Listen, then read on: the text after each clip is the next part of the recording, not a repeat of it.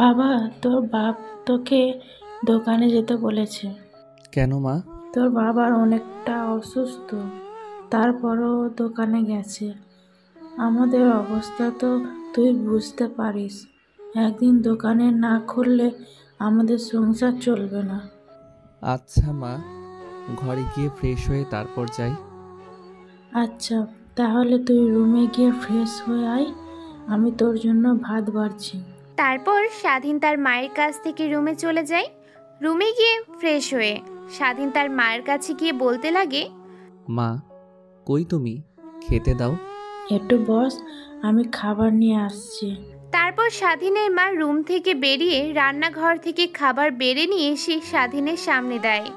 খাবার দাবার শেষ করে স্বাধীন তার মায়ের কাছ থেকে বিদায় নিয়ে বেরিয়ে পড়ে তার বাবার দোকানের উদ্দেশ্যে।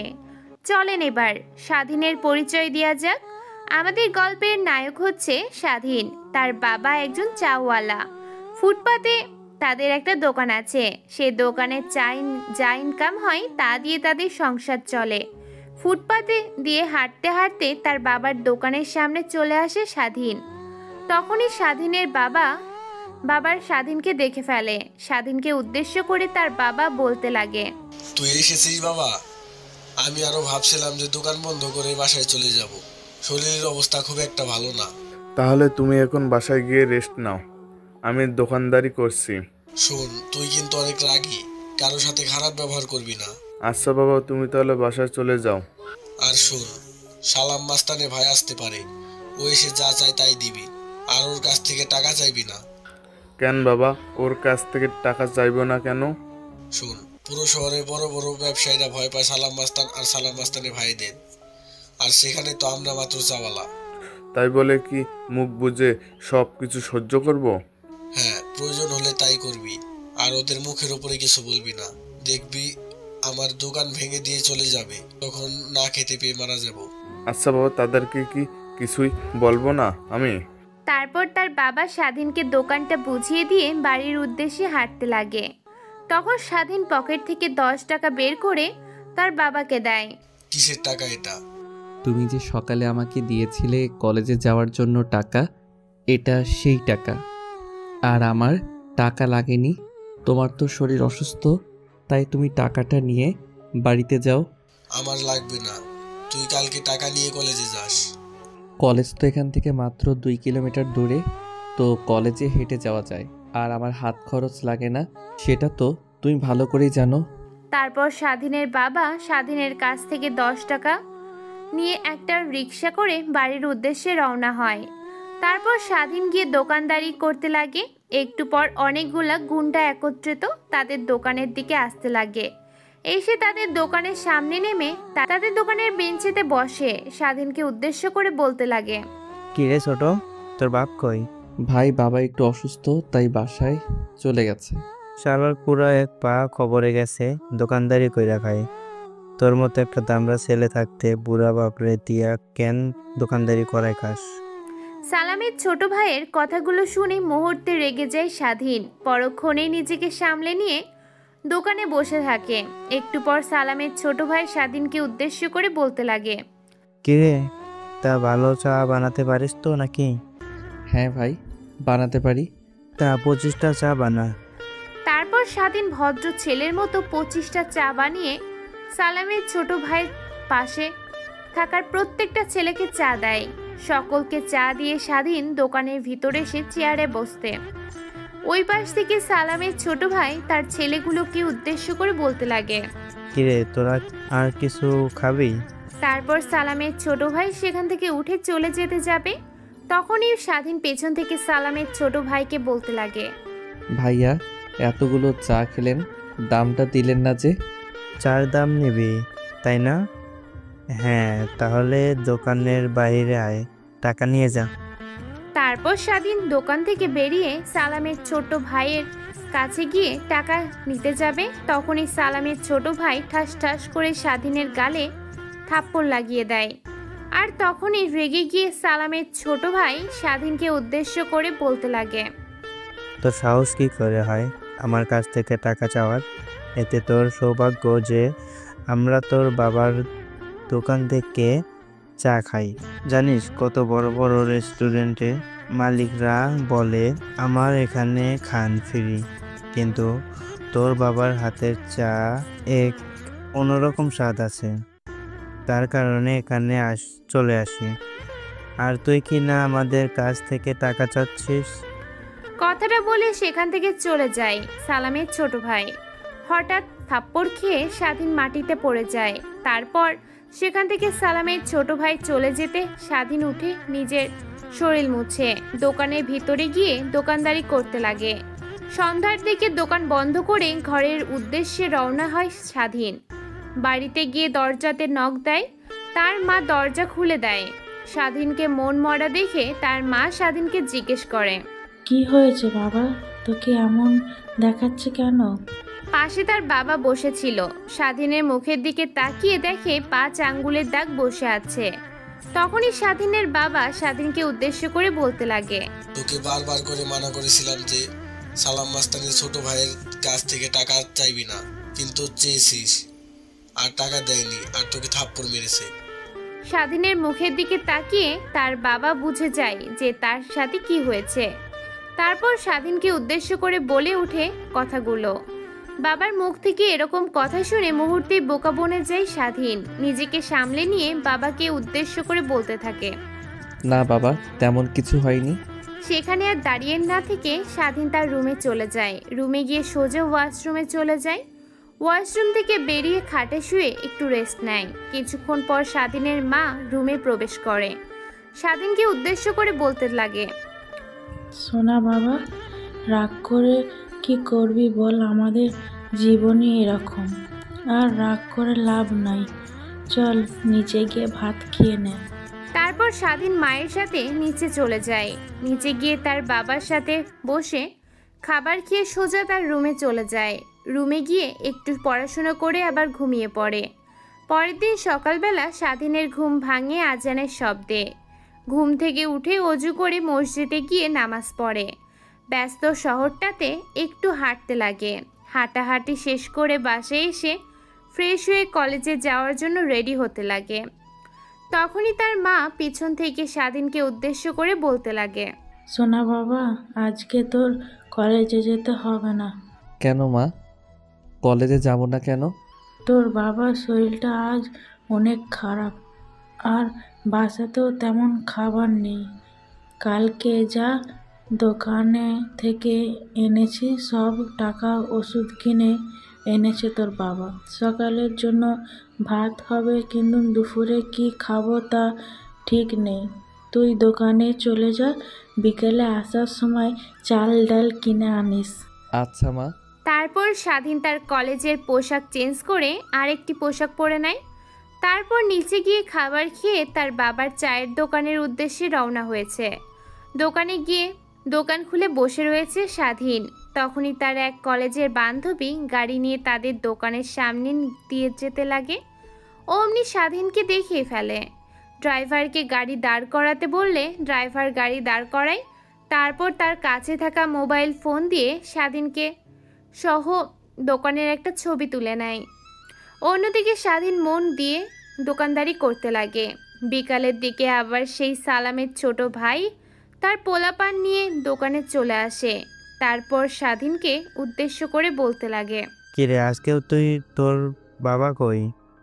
আসলে ভাই, আমার বাবা অনেক অসুস্থ, তাই দোকান আসতে পারছে না, তাই আমি চলে এসেছি।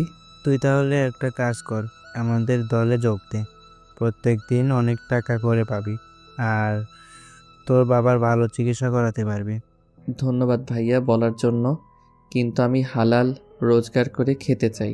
স্বাধীনের মুখ থেকে এরকম কথা শুনে রেগে যায় সালামের ছোট ভাই।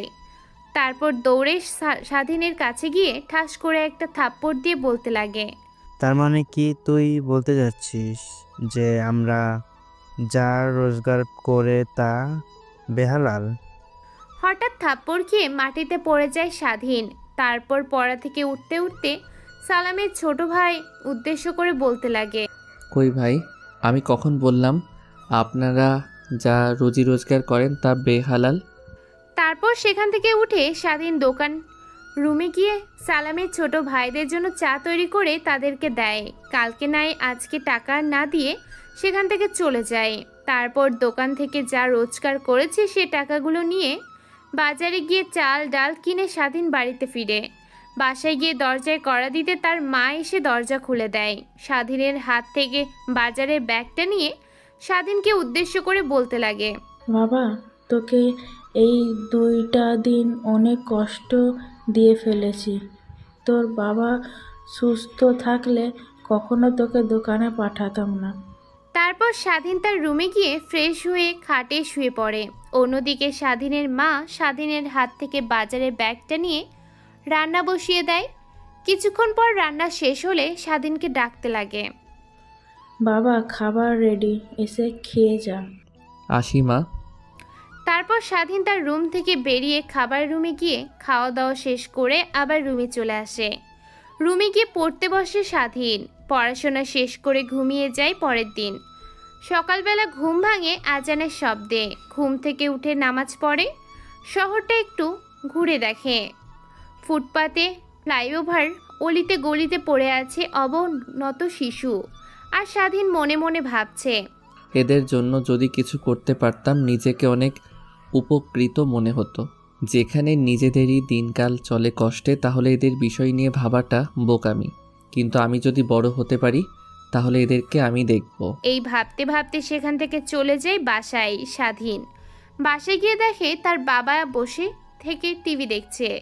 স্বাধীন তার বাবার কাছে গিয়ে বসে। বাবাকে উদ্দেশ্য করে স্বাধীন বলতে লাগে, বাবা, তোমার এখন কেমন লাগছে? হঠাৎ ছেলের এরকম কথা শুনে পাশে ঘুরে দেখে তার কাছে বসে আছে স্বাধীন। তারপর স্বাধীনকে উদ্দেশ্য করে তার বাবা বলতে লাগে, হ্যাঁ বাবা, এখন একটু ভালো লাগছে। আজকে তোকে দোকানে যেতে হবে না, আমি যাব। তুই কলেজে চলে যাস। বাবার মুখে থেকে এরকম কথা শুনে স্বাধীনের মুখে হাসি শেখে। মুহূর্তেই নিজেকে সামলে নিয়ে বাবাকে উদ্দেশ্য করে স্বাধীন বলতে লাগে। ওকে বাবা। তারপর স্বাধীন তার রুমে গিয়ে ফ্রেশ হয়ে কলেজে বের হতেই যাবে, তখনই স্বাধীনের মা স্বাধীনকে পেছন থেকে ডাক দিয়ে বলতে লাগে, কই যাচ্ছিস তুই? খাওয়া দাওয়া করে যদি তো কলেজে নাকি? না, আমার ক্ষুধা লাগেনি। কলেজ থেকে এসে খাওয়া দাওয়া করব। তারপর স্বাধীন বাসা থেকে বেরিয়ে সোজা কলেজে চলে যায়। কলেজে গিয়ে স্বাধীনের বন্ধুরা যেখানে আড্ডা দেয় সেখানে চলে যায়। স্বাধীন তার বন্ধুদের কাছে গিয়ে সকলকে উদ্দেশ্য করে বলতে লাগে, কেমন আছিস তোরা? স্বাধীনের কথায় কোনো উত্তর না দিয়ে তার বন্ধু বান্ধবীগুলা নিজেদের মাঝে কথা বলতে লাগে। এরকম ব্যবহার দেখে মুহূর্তেই অবাক হয়ে যায় স্বাধীন। তারপর নিজেকে সামলে নিয়ে সকলকে উদ্দেশ্য করে বলতে লাগে, কিরে, তোদের আবার কি হলো? আমার সাথে কথা বলছিস না কেন? আমরা কোনো চাওয়ালার সাথে কথা বলতে চাই না। ও, তাহলে তোরা আমার পরিচয় জেনে গেছিস? কিছুদিন পরে এমনিতেই বলতাম তোদেরকে।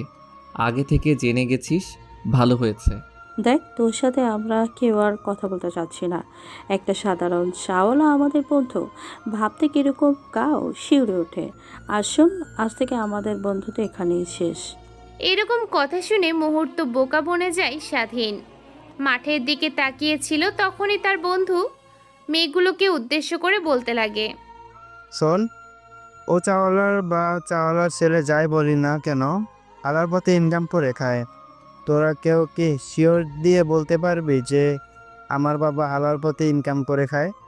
জানি কেউ পারবে না, কিন্তু স্বাধীনকে দেখ, সে বুক ফুলিয়ে বলতে পারবে যে তার বাবা হালাল ইনকাম করে খায়। আর শোন, তোদেরকে আমার বন্ধু ভাবতে লজ্জা লাগে। যেখানে তোরা মানুষকে টাকার বিনিময়ে চেনাস, সেইখানে বন্ধুত্বের কি মূল্য আছে বল? আর কোনো কথা না বলে স্বাধীনের বন্ধু সেখান থেকে চলে যায়। একটু পর স্বাধীন রওনা হয় ক্লাসের উদ্দেশ্যে। অন্যদিকে স্বাধীনের বন্ধু বান্ধবীরা নিজেদের মধ্যে বলাবলি করছে, আইসে স্বাধীনের হয়ে বড় বড় ডায়লগ দিতে। গরিবদের সাথে খুলে আমাদেরকে মানুষ গরিব ভাববে। হ্যাঁ, তুই ঠিক বলেছিস। স্বাধীনের সাথে চলাফেরা করলে মানুষ আমাদেরকে গরিব ভাববে। আর আমাদেরও তো একটা লেভেল আছে না? আরে, ও তো আমাদের কলেজের টপার আর ও অনেক ব্রিলিয়ান্ট স্টুডেন্ট, তাই চান্স পেয়েছে। আর কলেজে যে পড়ে ওর প্রতি মাসে এতগুলো টাকা কে দেয়? আরে তুই জানিস না, প্রিন্সিপাল ওর কাছ থেকে কোনো টাকাই নেয় কারণ পুরো বিভাগের ভেতরে টপ হয়েছে, তাই কলেজের নাম হয়েছে। তার জন্য প্রিন্সিপাল স্বাধীনের কাছ থেকে কোনো টাকা নেয়। ও তাই বল। মারিয়া যে বললো স্বাধীন একটা চাওয়ালা, সেটা থেকেই চিন্তা করছি ও কি করে, প্রিন্সিপালকে টাকা দেয়, তাহলে এই কাহিনী। তাদের মাঝে আরও কথোপকথন হতে থাকে। অন্যদিকে স্বাধীন আর তার বন্ধু গিয়ে বসে পড়ে ক্লাসরুমে। স্যার আসলে এক এক করে ক্লাস শেষ করে স্বাধীন বাড়ির উদ্দেশ্যে রওনা হয়। রাস্তা দিয়ে হেঁটে হেঁটে বাড়ি যাচ্ছিল, তখন একটা ছেলে দেখতে পায় একটি ছেলে ভিক্ষা করছে। একটু পর সেখান থেকে কোথায় যেন যেতে লাগে। স্বাধীন ছেলেটাকে অনুসরণ করে হাঁটতে লাগে। একটু পর একটা গ্যারেজে ঢুকে পড়ে ছেলেটা। স্বাধীন তার পিছু পিছু গ্যারেজে ঢুকে পড়ে। পরিত্যক্ত গ্যারেজে ঢুকেই তো স্বাধীন অবাক, কারণ সেখানে দেখতে পায় ওই ছেলেটার মতো অনেক ছেলেরাই আছে সেইখানে। তাদেরকে উদ্দেশ্য করে একটা লোক বলতে লাগে, শোন, তোরা কিন্তু আগের মতো টাকা দিচ্ছিস না আমাকে। জানি না তোরা ঠিক মতো কালেকশন করতে পারছিস কি না, আমার কাছ থেকে কিছু লুকাচ্ছিস। তাই এখন থেকে আমি চিন্তা করেছি তোদেরকে দিয়ে শহরে ড্রাগ সাপ্লাই দেব। ওস্তাদ, ড্রাগস আবার কি? তোদেরকে অত বুঝতে হবে না, এটাও একটা নেশা আর ওর দাম অনেক বেশি। আমরা যদি পুরো শহরটাকে ড্রাগ সাপ্লাই করতে পারি তাহলে অনেক টাকা লাভবান হব আমরা। এখন এইদিকে আয় সবাই, কয় টাকা করে আজকের জোগাড় করলি দেখি তো। তারপর এক এক করে ছেলেগুলো সেখান থাকা একটা লোকের কাছে গিয়ে টাকা দিতে লাগে। একটু পর স্বাধীন যে ছেলেটাকে অনুসরণ করলো সে ছেলেটা গিয়ে টাকা দেয়। তখনই ছেলেটার মাথার চুল টেনে ধরে লোকটা, বলতে লাগে, এটা কি তোর বাপের আশ্রম নাকি যে তুই টাকা নিয়ে আসছিস? তার মাঝ থেকে তো তুই তো 20 টাকা খেয়ে ফেলবি, তাহলে তোকে রেখে তো আমার কোনো লাভ নেই। কথাটি বলে ছেলেটাকে আবার ঠাস করে একখান থাপ্পড় লাগিয়ে দেয় লোকটা। এদিকে এই সব দৃশ্য দেখে মুহূর্তেই রেগে যায় স্বাধীন। নিজেকে আর কন্ট্রোল করতে না পেরে স্বাধীন দৌড়ে লোকটার গলা চেপে ধরে বলতে লাগে, তোর কি ঘরে ছেলে নাই যে এই ছেলেদেরকে দিয়ে এভাবে কাজ করাচ্ছি? তোর কি মৃত্যুর ভয় নেই? তুই কে আর তোর সাহস কি করে হয় আমার গলা ধরা? আমি যেই হই না কেন, তোকে তা জানতে হবে না, তুই আগে নিজের কথা ভাব। কথাটা বলে স্বাধীন তার পেটে রড ঢুকিয়ে দেয়। মুহূর্তে নিস্তেজ হয়ে মাটিতে লুটিয়ে পড়ে ছেলেটা। সেখানে থাকা সকল ছেলেগুলো স্বাধীনকে দেখে বলতে লাগে, ভাই, আপনি ওস্তাদকে মেরে ফেলেন কেন? আজ থেকে আমাদেরকে দেখবে কে বলেন? আজ থেকে তোদের দেখার দায়িত্ব আমার। আর হ্যাঁ, একে যে আমি মেরেছি তোরা কাউকে বলবি না, আর এর লাশটাকে গ্যারেজের পিছনে পুঁতে রেখে দে। তারপর স্বাধীনের কথা অনুযায়ী ছেলেগুলো লোকটাকে তুলে নিয়ে গিয়ে গ্যারেজের পিছনে মাটিতে পুঁতে রেখে আসে। তারপর ছেলেগুলো স্বাধীনকে উদ্দেশ্য করে বলতে লাগে, ভাই, আপনি কি? এর আগে তো কখনো এখানে দেখিনি আপনাকে, হঠাৎ করেই মেরে ফেললেন কেন আমাদের বসকে? শোন, তোদের বস কি মেরে ফেলেছি কারণ তোদের বস তোদের উপর নির্যাতন করত। আমি তা সহ্য করতে না পেরে তোদের বসকে মেরে ফেলেছি, আর তোরা আজ থেকে অনাথ আশ্রমে থাকবি। তারপর স্বাধীন সেখানে থাকা ছেলেগুলোকে নিয়ে অনাথ আশ্রমে চলে যায়। অনাথ আশ্রমে গিয়ে সেখানে থাকা লোকটিকে উদ্দেশ্য করে স্বাধীন বলতে লাগে, আঙ্কেল, এই ছেলেগুলো আজ থেকে এখানে থাকবে। শোনো বাবা, তুমি যে এখানে ছেলেদেরকে নিয়ে আসো, কিন্তু জানো না এই অনাথ আশ্রমকে চালায়। এই অনাথ আশ্রম চালাতো ইউনুস নামের এক লোক, কিন্তু সে কিছুদিন আগে মারা গেছে। এখন এই অনাথ আশ্রমটা একদম অচল। আর এই জমিটার দিকে নজর পড়েছে পাগলা ইমরানের। পাগলা ইমরান এসে বলে গেছে যে 3 দিনের ভিতর অনাথ আশ্রম রেখে চলে যেতে হবে। তাদের কথা বলার মাঝেই পাগলা ইমরান সেখানে উপস্থিত হয়। তারপর পাগলা ইমরান অনাথ আশ্রমের বৃদ্ধ লোকটাকে উদ্দেশ্য করে বলতে লাগে, শোন, অনেক সময় দিয়েছি আর না, তুই এখনই এই অনাথ আশ্রম ছেড়ে চলে যাবি, আর আমি এখানে আমার স্বপ্নের শপিং মল বানাবো। পাগলা ইমরান কথা বলা শেষ করতে না করতে স্বাধীন দৌড়ে গিয়ে তার কলার চেপে ধরে। কিছু মুহূর্ত সেইখানে শুনশান নীরবতা পালন করে। একটু পর পাগলা ইমরান স্বাধীনকে উদ্দেশ্য করে বলতে লাগে, তুই আমাকে চিনিস না আমি কে। তুই আমার কলার ধরে একদমই ঠিক করিসনি। এর শাস্তি তো তোকে পেতেই হবে। চেয়ে থেকে তোরা কি দেখছিস? ছেলেটাকে ধর। কথাটি বলল পাগলা ইমরান তার ছেলেপেলেকে উদ্দেশ্য করে। মুহূর্তে তার ছেলেপেলে আশ্রমে ঢুকে স্বাধীনকে ঘিরে ধরে। এক পর্যায়ে একটা ছেলে হাতে ছুরি নিয়ে স্বাধীনকে আঘাত করতে আসে।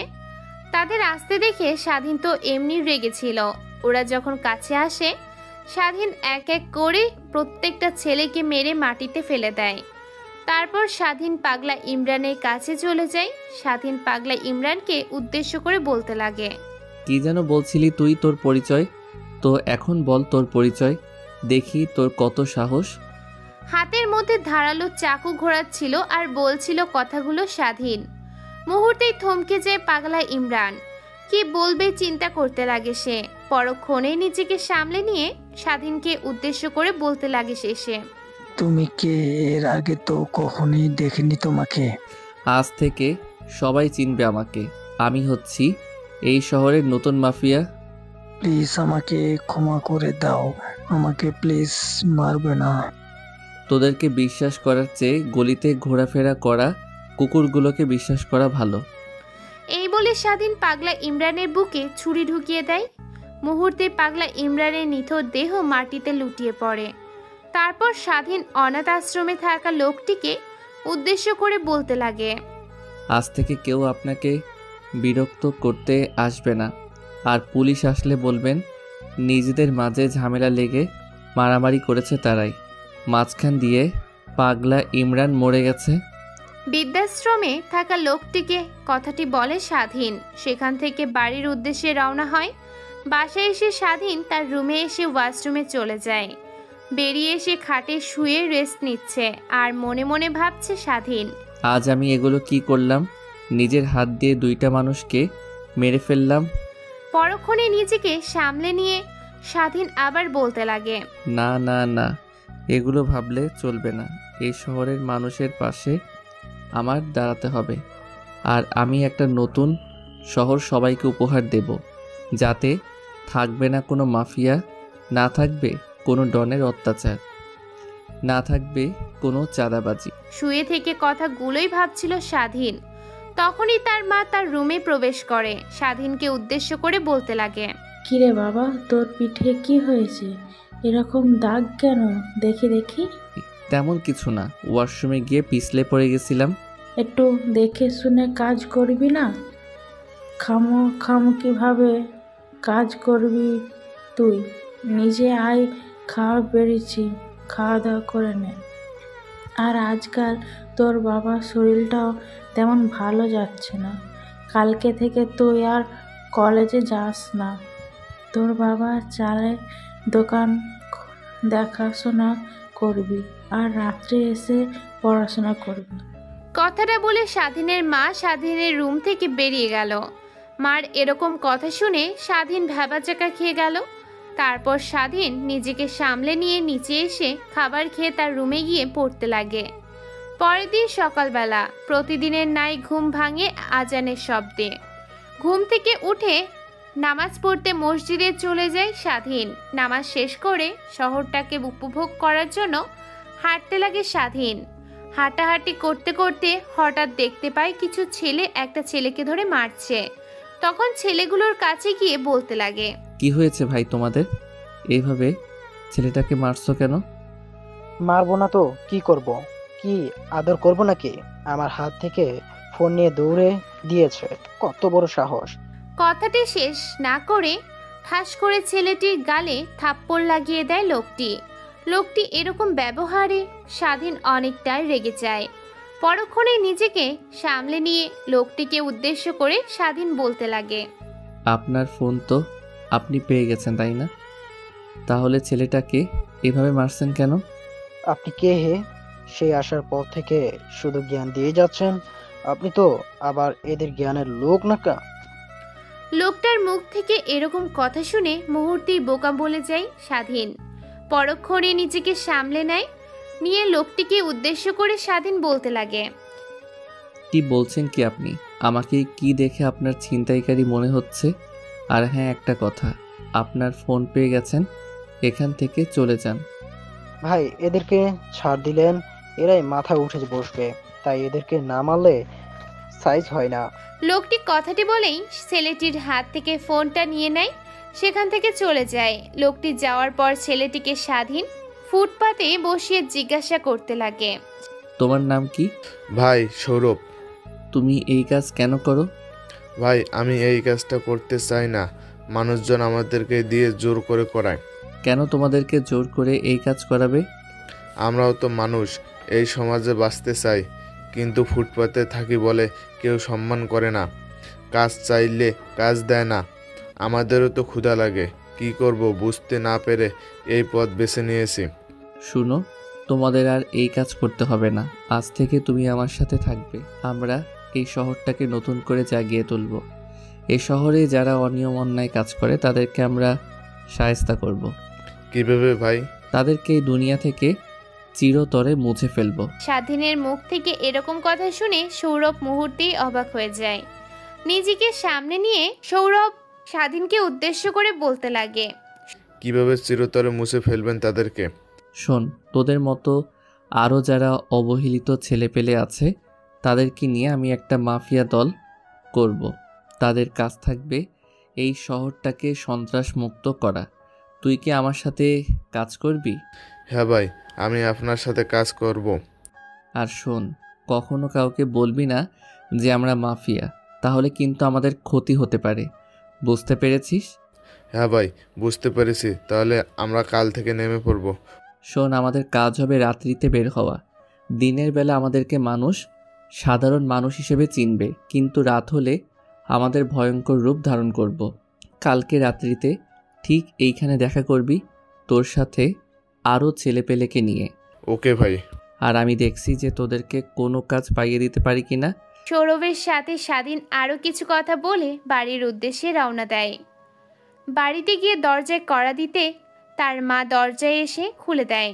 তারপর স্বাধীন তার রুমে গিয়ে ফ্রেশ হয়ে খাটে শুয়ে রেস্ট করতে লাগে। তখনই তার মা তাকে উদ্দেশ্য করে বলতে লাগে, কিরে বাবা, দোকানে যাবি না? বাইরে থেকে এসে শুয়ে পড়লি যে, অনেক বেলা হলো, এখন দোকান না খুললে বিক্রি করতে পারবি না। তারপর স্বাধীন শোয়া থেকে উঠে দোকানের উদ্দেশ্যে বেরিয়ে পড়ে। তারপর স্বাধীন তাদের ফুটপাতে থাকা চায়ের দোকানটিতে গিয়ে কাজ করতে লাগে। এইভাবেই কেটে যায় দিনটা।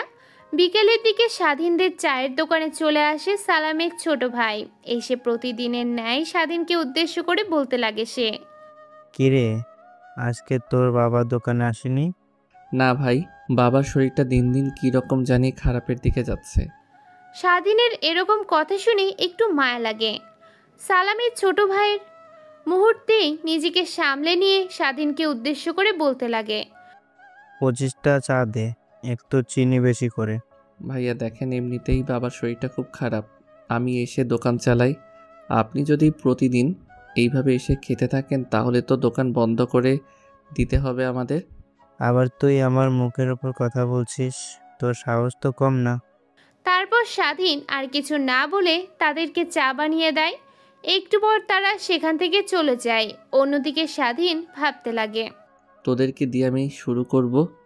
আমার নেক্সট টার্গেট হচ্ছিস তোরা, তারপরে তোর ভাইয়ের উপর যে আছে সে। হা হা হা। কথাটি শেষ করে স্বাধীন দোকান বন্ধ করে বাজারে গিয়ে বাসার জন্য কিছু কিনে আবার চলে যায়। বাসায় গিয়ে দরজায় কড়া নাড়তে তার মা এসে দরজা খুলে স্বাধীনের হাত থেকে বাজারে ব্যাগটি নিয়ে স্বাধীনকে উদ্দেশ্য করে বলতে লাগে স্বাধীনের মা, বাবা শোন, রুমে গিয়ে ফ্রেশ হয়ে আয়, আমি খাবার বেড়ে দিচ্ছি। তারপর স্বাধীন তার রুমে গিয়ে ফ্রেশ হয়ে নিচে এসে খাবার খেয়ে তার রুমে গিয়ে দরজা লাগিয়ে তার রুমে থাকা জানলা দিয়ে বাহিরে চলে আসে। তারপর সেখান থেকে সেই ছেলেগুলোর সাথে দেখা করার জন্য ফুটপাতে চলে যায়। স্বাধীন গিয়ে দেখে ফুটপাতের ওই ছেলেটি ভাড়া আরও অনেক ছেলে সেখানে দাঁড়িয়ে আছে। তারপর স্বাধীন তাদের কাছে যেতেই সেখানে থাকা ওই দিনের সৌরভ নামের ছেলেটি স্বাধীনকে উদ্দেশ্য করে বলতে লাগে, ভাই আপনি বলেছিলেন যে আমার বন্ধুদেরকে আনতে, এই যে আমার বন্ধুরা। তারপর সেখান থেকে ছেলেগুলো এক এক করে স্বাধীনের সাথে পরিচয় হতে লাগে। পরিচয় পর্ব সেরে স্বাধীন ছেলেগুলোকে উদ্দেশ্য করে বলতে লাগে, অনেক তোরা, আজ থেকে আমরা একটা মাফিয়া। কেউ পিছু ফিরবো না, বিপদ দেখেও সামনের দিকে এগিয়ে যাব। আর এই শহরে যারা অন্যায় অবিচার করে তাদের জন্যই আমরা তৈরি হয়েছি, তাদেরকে মৃত্যু দেব। আর শোন একটা কথা, আজকে থেকে আমাদের মিশন শুরু হবে। তারপর স্বাধীন ছেলেগুলোকে নিয়ে সালামের ছোট ভাইয়ের আড্ডায় চলে যায়। সালামের ছোট ভাই যেখানে আড্ডা দেয় পুরো শহরের সবাই জানে ওইখানে থাকে। তাই সালামের ভাইয়ের আড্ডার স্থান থেকে 100 গজ দূরে গিয়ে মানুষ চলাফেরা করে। তারপর স্বাধীন আর তার ছেলে পেলে চলে যায় সালামের ছোট ভাইয়ের আড্ডায়। একটু পর স্বাধীন তাদের আড্ডা দেওয়ার রুমে প্রবেশ করে। দেখতে পায় পাগলা সালামের লোকেরা একটা মেয়েকে তুলে এনে রেপ করছে। হঠাৎ স্বাধীনকে দেখে চমকে ওঠে তারা। মুহূর্তেই নিজেদেরকে সামলে নিয়ে স্বাধীনকে উদ্দেশ্য করে পাগলা সালামের ছোট ভাই বলতে লাগে, কিরে, তোর সাহস কি করে হয় আমাদের এখানে আসার, যেখানে তোর থেকে বড় বড় মাপের লোকেরা এখানে আসতে ভয় করে, সেখানে একটা সামান্য চাওয়ালার ছেলে এখানে এসেছে, তোর সাহস তো কম না। কিরে, কথাটি বলে স্বাধীনকে মারতে আসে পাগলা সালামের ছোট ভাই। এদিকে তার ছেলেপেলেগুলো নেশা করে অচেতন অবস্থায় শুয়ে আছে। হঠাৎ স্বাধীনের পেছন থেকে অনেকগুলো ছেলে বের হয়ে আসে পাগলা সালামের ভাইয়ের উপর আক্রমণ করে। অন্যদিকে সালামের ছোট ভাই তার পোলাপানকে উদ্দেশ্য করে বলতে লাগে, কই তোরা, শালাকে ধর। সালামের ছোট ভাই পিছনে তাকিয়ে দেখে সব ছেলেগুলো অচেতন অবস্থায় মদ খেয়ে পড়ে আছে। সামনে তাকাতেই এক এক করে প্রত্যেকটা ছেলে এসে তাকে মারতে লাগে। এক পর্যায়ে মারতে মারতে তাকে মেরে ফেলে। তারপর এক এক করে স্বাধীনের পোলাপান সবাইকে মেরে ফেলে। তারপর তাদেরকে একত্র করে দড়ি দিয়ে বেঁধে স্বাধীন মাটিতে লিখে দিয়ে আসে, সমাজের বুকে জন্ম নিয়েছে নতুন এক মাফিয়া দল, যাদেরকে দমনত্ব সহজ না। আর যারা এই শহরে অন্যায় অবিচার করবে তাদেরকে আমরা এইভাবে শেষ করে দেব। তারপর স্বাধীন আর তার ছেলে পেলে সেখান থেকে চলে যায়। তারপর তারা ফুটপাতে গিয়ে বসে, একটু রেস্ট নিয়ে যে যার বাড়িতে চলে যায়। তারপর স্বাধীন সকালে ঘুম থেকে উঠে নামাজ পড়ে বাড়িতে একটু হাঁটাহাঁটি করে, বাসায় ফিরে আসে। বাসায় এসে দেখে তার বাবা এক দৃষ্টিতে টিভিতে যেন কি দেখছে। স্বাধীন এসে আর তার বাবার পাশে বসে থেকে টিভিতে দেখতে লাগে। হঠাৎ করে টিভিতে খবর আসে, শহরের বিশিষ্ট ব্যবসায়ী সালমান শিকদারের ছোট ভাই ইরান শিকদার গতকাল কোন এক দল এসে আক্রমণ করে আর তাদের সকলকেই মেরে ফেলে। স্বাধীনের বাবা এরকম খবর শুনে একটু মুচকি হেসে স্বাধীনকে উদ্দেশ্য করে বলতে লাগে, আজ থেকে শান্তি মতো দোকানদারি করতে পারবো। প্রত্যেক দিনের জ্বালা অতিষ্ঠ হয়ে গেছি। জানি না কারা এদেরকে মেরেছে, তাদেরকে অনেক অনেক ধন্যবাদ। বাবার মুখ থেকে এরকম কথা শুনে মুচকি হাসে স্বাধীন। তারপর স্বাধীনের বাবা স্বাধীনের দিকে তাকিয়ে স্বাধীনকে উদ্দেশ্য করে বলতে লাগে, আজ থেকে তোকে আর দোকানে যেতে হবে না। আল্লাহর রহমতে অনেকটাই সুস্থ হয়ে গেছি আমি। আজ থেকে তুই তাহলে কলেজে যা। তারপর স্বাধীনের মা পেছন থেকে স্বাধীনকে স্বাধীনের বাবাকে উদ্দেশ্য করে বলতে লাগে, তোমরা আসো, খাবার রেডি করছি। তারপর সেদিন খাবার তার রুমে গিয়ে গোসল করে বেরিয়ে পড়ে কলেজের উদ্দেশ্যে।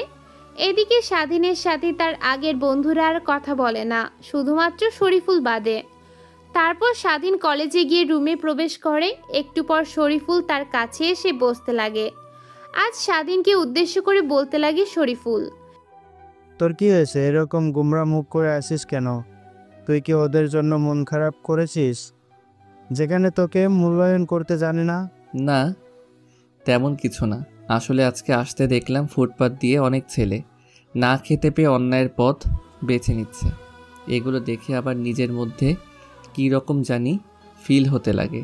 তোদের মতো অত যদি আমার কাছে টাকা থাকতো তাহলে এদের পাশে দাঁড়াতাম। এরকম কথা শুনে স্বাধীনকে উদ্দেশ্য করে শরীফুল বলতে লাগে, শোন, আমার বাবা নতুন একটা কোম্পানি খুলেছে, সেখানে বেশ কিছু ওয়ার্কার লাগবে। তাহলে কালকে তুই ছেলেগুলোকে নিয়ে আমার বাবার কোম্পানিতে চলে যাস। আর এই নে কার, আর আমার নাম বলবি, তাহলে বাবা সব বুঝতে পারবে। তারপর স্বাধীন শরীফুলের কাছ থেকে কার্ডটি নিয়ে নেয়। শরীফুলকে ধন্যবাদ দিয়ে আরও কিছু কথা বলল। ক্লাসরুমে স্যার চলে আসে। তারপর ক্লাস শেষ করে স্বাধীন বাড়ির উদ্দেশ্যে বেরিয়ে যায়। অন্যদিকে শরীফুলের বাবা হচ্ছে এই শহরের বিশিষ্ট ব্যবসায়ী, যে কিনা এই শহরের বড় বড় বিল্ডিং তৈরি করে। তাই সেখানে কিছু ওয়ার্কার লাগবে। তার জন্য শরীফুল স্বাধীনকে বলল কথাগুলো। অন্যদিকে স্বাধীন বাসায় গিয়ে দরজায় কড়া নাড়তে তার মা এসে দরজা খুলে দেয়। স্বাধীনকে দেখে তার মা বলতে লাগে, শোন বাবা, একটু তাড়াতাড়ি ফ্রেশ হয়ে নিচে আয়, খাবার খেয়ে তোর বাবার জন্য খাবার নিয়ে যা। তারপর স্বাধীন তার রুমে গিয়ে ছটপট ফ্রেশ হয়ে নিচে এসে খাবার খেয়ে তার বাবার জন্য খাবার নিয়ে দোকানের উদ্দেশ্যে রওনা হয়। দোকানে গিয়ে তার বাবাকে খাবার দিয়ে স্বাধীন আবার বাসায় চলে আসতে যাবে, তখনই একবার মনে করে যে ফুটপাতে থাকা ছেলেগুলোর সাথে দেখা করে যায়। তখন চলে যায় স্বাধীন ফুটপাতের, গিয়ে দেখে ছেলেগুলো বসে আছে। তখন স্বাধীন তাদের মাঝে গিয়ে বলতে লাগে, শোন, তোদের একটা কাজের ব্যবস্থা করেছি আমি। কন্ট্রাকশনের কাজ করতে পারবি তোরা? রাজমিস্ত্রি কাজ করতে পারবি তোরা? হ্যাঁ ভাই, পারবো আমরা। শোন, আমার এক কলেজের বন্ধুর বাবা বড় বড় বিল্ডিং তৈরি করে, তো সেইখানে তোদেরকে কাজ করতে হবে। হ্যাঁ ভাই, আমরা পারবো। তারপর স্বাধীন ছেলেগুলোর সাথে আরও কিছু কথা বলে বেরিয়ে পড়ে বাসার উদ্দেশ্যে। বাসায় গিয়ে দরজায় কড়া নাড়তেই তার মা এসে দরজা খুলে দেয়। তখনই স্বাধীনের মা স্বাধীনকে উদ্দেশ্য করে বলতে লাগে, কিরে বাবা, তোর আসতে এত দেরি হলো কেন? না মা, এমনি একটু বাইরে থেকে ঘুরলাম। তারপর স্বাধীন তার মায়ের সাথে আরও কিছু কথা বলে তার রুমে গিয়ে পড়তে বসে। স্বাধীন পড়তেছিল, তখনই তার মা রুমে এসে স্বাধীনকে উদ্দেশ্য করে বলতে লাগে, বাবা, তোর পড়া হচ্ছে? হ্যাঁ, কেন মা, কি হয়েছে? তাহলে আয় বাবা, তোর বাবা তোকে ডাকতেছে খাওয়ার জন্য। তারপর স্বাধীন তার মায়ের পিছু পিছু খাবার রুমে গিয়ে খাবার খেয়ে তার রুমে এসে একটু রেস্ট নিয়ে জানলা দিয়ে বেরিয়ে যায়। তারপর ফুটপাতে চলে যায়। দেখতে পায় ছেলেগুলো ল্যাম্পপোস্টের কাছে বসে থেকে কি যেন কথা বলাবলি করছে। তখন তাদের কাছে চলে যায় স্বাধীন। স্বাধীনকে দেখে তাদের মাঝে থাকা সৌরভ নামের ছেলেটি স্বাধীনকে উদ্দেশ্য করে বলতে লাগে, ভাই, আপনি এসেছেন? আমরা আরও আপনাকে নিয়ে আলোচনা করছি। আজকে এই যে ছেলে ডিজে রাব্বির ছেলে পেলেকে মারে, কারণ এর অপরাধটা ছিল তাদের সাথে বসে চা খাওয়া। সৌরভের মুখ থেকে এমন কথা শুনে মুহূর্তে রেগে যায় স্বাধীন। নিজেকে সামলে নিয়ে স্বাধীন ছেলেগুলোকে উদ্দেশ্য করে বলতে লাগে, তাহলে আমাদের পরবর্তী মিশন হচ্ছে ডিজে রাব্বি। তারপর তারা বেরিয়ে যায় ডিজে রাব্বির আস্তানা খুঁজতে উদ্দেশ্যে। চারিদিকে খোঁজাখুঁজি করার পর ডিজে রাব্বির আস্তানা খুঁজে পায় তারা। তারপর সবাই একত্র হয়ে ডিজে রাব্বির আস্তানায় প্রবেশ করে। এতগুলো ছেলেকে এখানে দেখে মুহূর্তে অবাক হয়ে যায় ডিজে রাব্বি। নিজেকে সামলে নিয়ে ডিজে রাব্বি বলতে লাগে, তোরা কে? এখানে কেন এসেছিস তোরা? আমি তোর বাপ। তোর এত বড় সাহস আমার সামনে আমাকে নিয়ে বেয়াদবি করিস? চিনিস আমি কে, কি করতে পারি তোর? ডিজে রাব্বির কথা শুনে স্বাধীন হা হা করে হাসতে লাগে। স্বাধীনের হাসা দেখে মুহূর্তে অবাক বনে যায় ডিজে রাব্বি। তারপর ডিজে রাব্বি তার ছেলেপেলেকে উদ্দেশ্য করে বলতে লাগে, তোরা দাঁড়িয়ে থেকে দেখছিস কি? শালাদের ধর, মার। তারপর রাব্বিকে ছেলেপেলে আসে স্বাধীন আর স্বাধীনের ছেলেপেলেকে মারার উদ্দেশ্যে। তারপর এক এক করে স্বাধীন মারতে লাগে প্রত্যেকটা ছেলেকে। সাথে সাহায্য করে তার ছেলেপেলে। মুহূর্তে 50 জনেরও বেশি মাটিতে লুটিয়ে পড়ে। শুধু একমাত্র দাঁড়িয়ে আছে রাব্বি। তার কাছে গিয়ে স্বাধীন বলতে লাগে, কি যেন বলছিলি তুই, আবার বলতো। তোরা কে? আমি তো তোমাদের চিনতে পারছি না, তাই ভুল করে ফেলেছি। প্লিজ আমাকে ক্ষমা করে দাও। আমার কাছ থেকে এই পর্যন্ত কেউ ক্ষমা পাইনি, তুইও পাবি না। আমি আর এই পথে কখনো আসবো না ফিরে। প্লিজ আমাকে একটাবারের জন্য যেতে দিন। তোকে ছেড়ে দিলে তুই করবি কি? তুই যে তোর বড় বাপকে বলবি, আর তোর বড় বাপ তোকে অনেক ছেলে পেলে দেবে, পরে আমাদেরকে আসবি মারার জন্য, এই তো? শোন, এখন তোর সামনে যদি 1000 জনও আসে তাও বাঁচতে পারবি না তুই। কথাটি বলে রাব্বির কাছে গিয়ে পেটের ভিতরে ছুরি ঢুকিয়ে দেয়। মুহূর্তেই নিথর দেহ মাটিতে লুটিয়ে পড়ে। তারপর রাব্বি আর তার ছেলেপেলেকে একত্র করে বেঁধে মাটিতে লিখে দিয়ে আসে স্বাধীন। ঠিক সকলকে এই অবস্থায় করব আমি। এক এক করে শহরের সকল গ্যাংস্টার মাফিয়াদের শেষ করে দেব। আর হ্যাঁ, একটা কথা, আমাদের খোঁজ কখনোই বের করতে পারবি না তোরা। হা হা হা। তারপরে গোডাউনে থাকা সকল ড্রাগস পুড়িয়ে দেয় স্বাধীন ও তার ছেলেপেলে। আর গোডাউনে থাকা অস্ত্রগুলো তারা তাদের আড্ডার স্থানে নিয়ে যায়। তারপর আর চিন্তা করতে লাগে এগুলো কোথায় রাখবে। তখনই সৌরভ বলে, ভাই, রেল লাইনের পিছনে পরিত্যক্ত একটা গোডাউন আছে, সেখানে কেউ যায় না, একদম জঙ্গলের মাঝখানে। আমরা সেখানে রাখতে পারি সেই অস্ত্রগুলো। আর আমাদের দিন দিন শত্রু বাড়ছে, আমাদের অস্ত্র লাগবে এরপর থেকে। হ্যাঁ, তুই ঠিক বলেছিস। আর আমরা এরপর থেকে যখন মিশনে যাব তখন মুখে মার্কস লাগিয়ে যাব, যাতে কেউ বেঁচে থাকলেও আমাদেরকে চিনতে না পারে। স্বাধীনের কথা সকলে সবাই জানে। তারপর সেখান থেকে অস্ত্রগুলো নিয়ে তাদের নতুন গোডাউনের ঘরে রেখে আসে। তারপর সেখান থেকে বেরিয়ে যে যার বাড়িতে চলে যায়। পরের দিন সকালবেলা স্বাধীনের ঘুম ভাঙে আজানের শব্দে। নামাজ পড়ে পুরো শহরটাতে ঘুরে দেখছিল।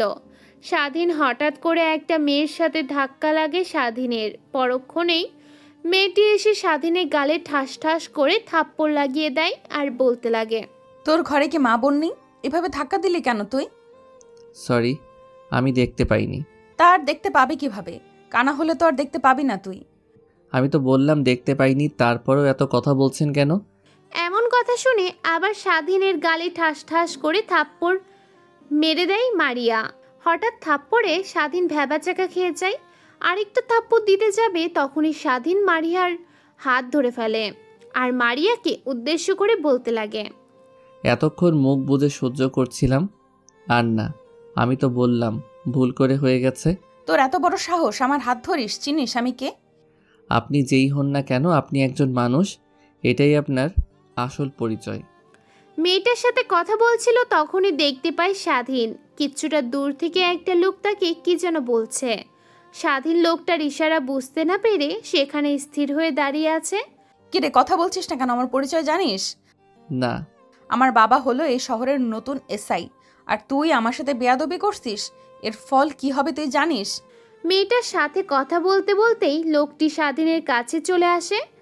তারপর মেয়েটিকে উদ্দেশ্য করে লোকটি বলতে লাগে, তোকে বললাম একটু ওয়েট কর, আর আমাকে দেখে চলে আসলি? তুমি যাও বাবা।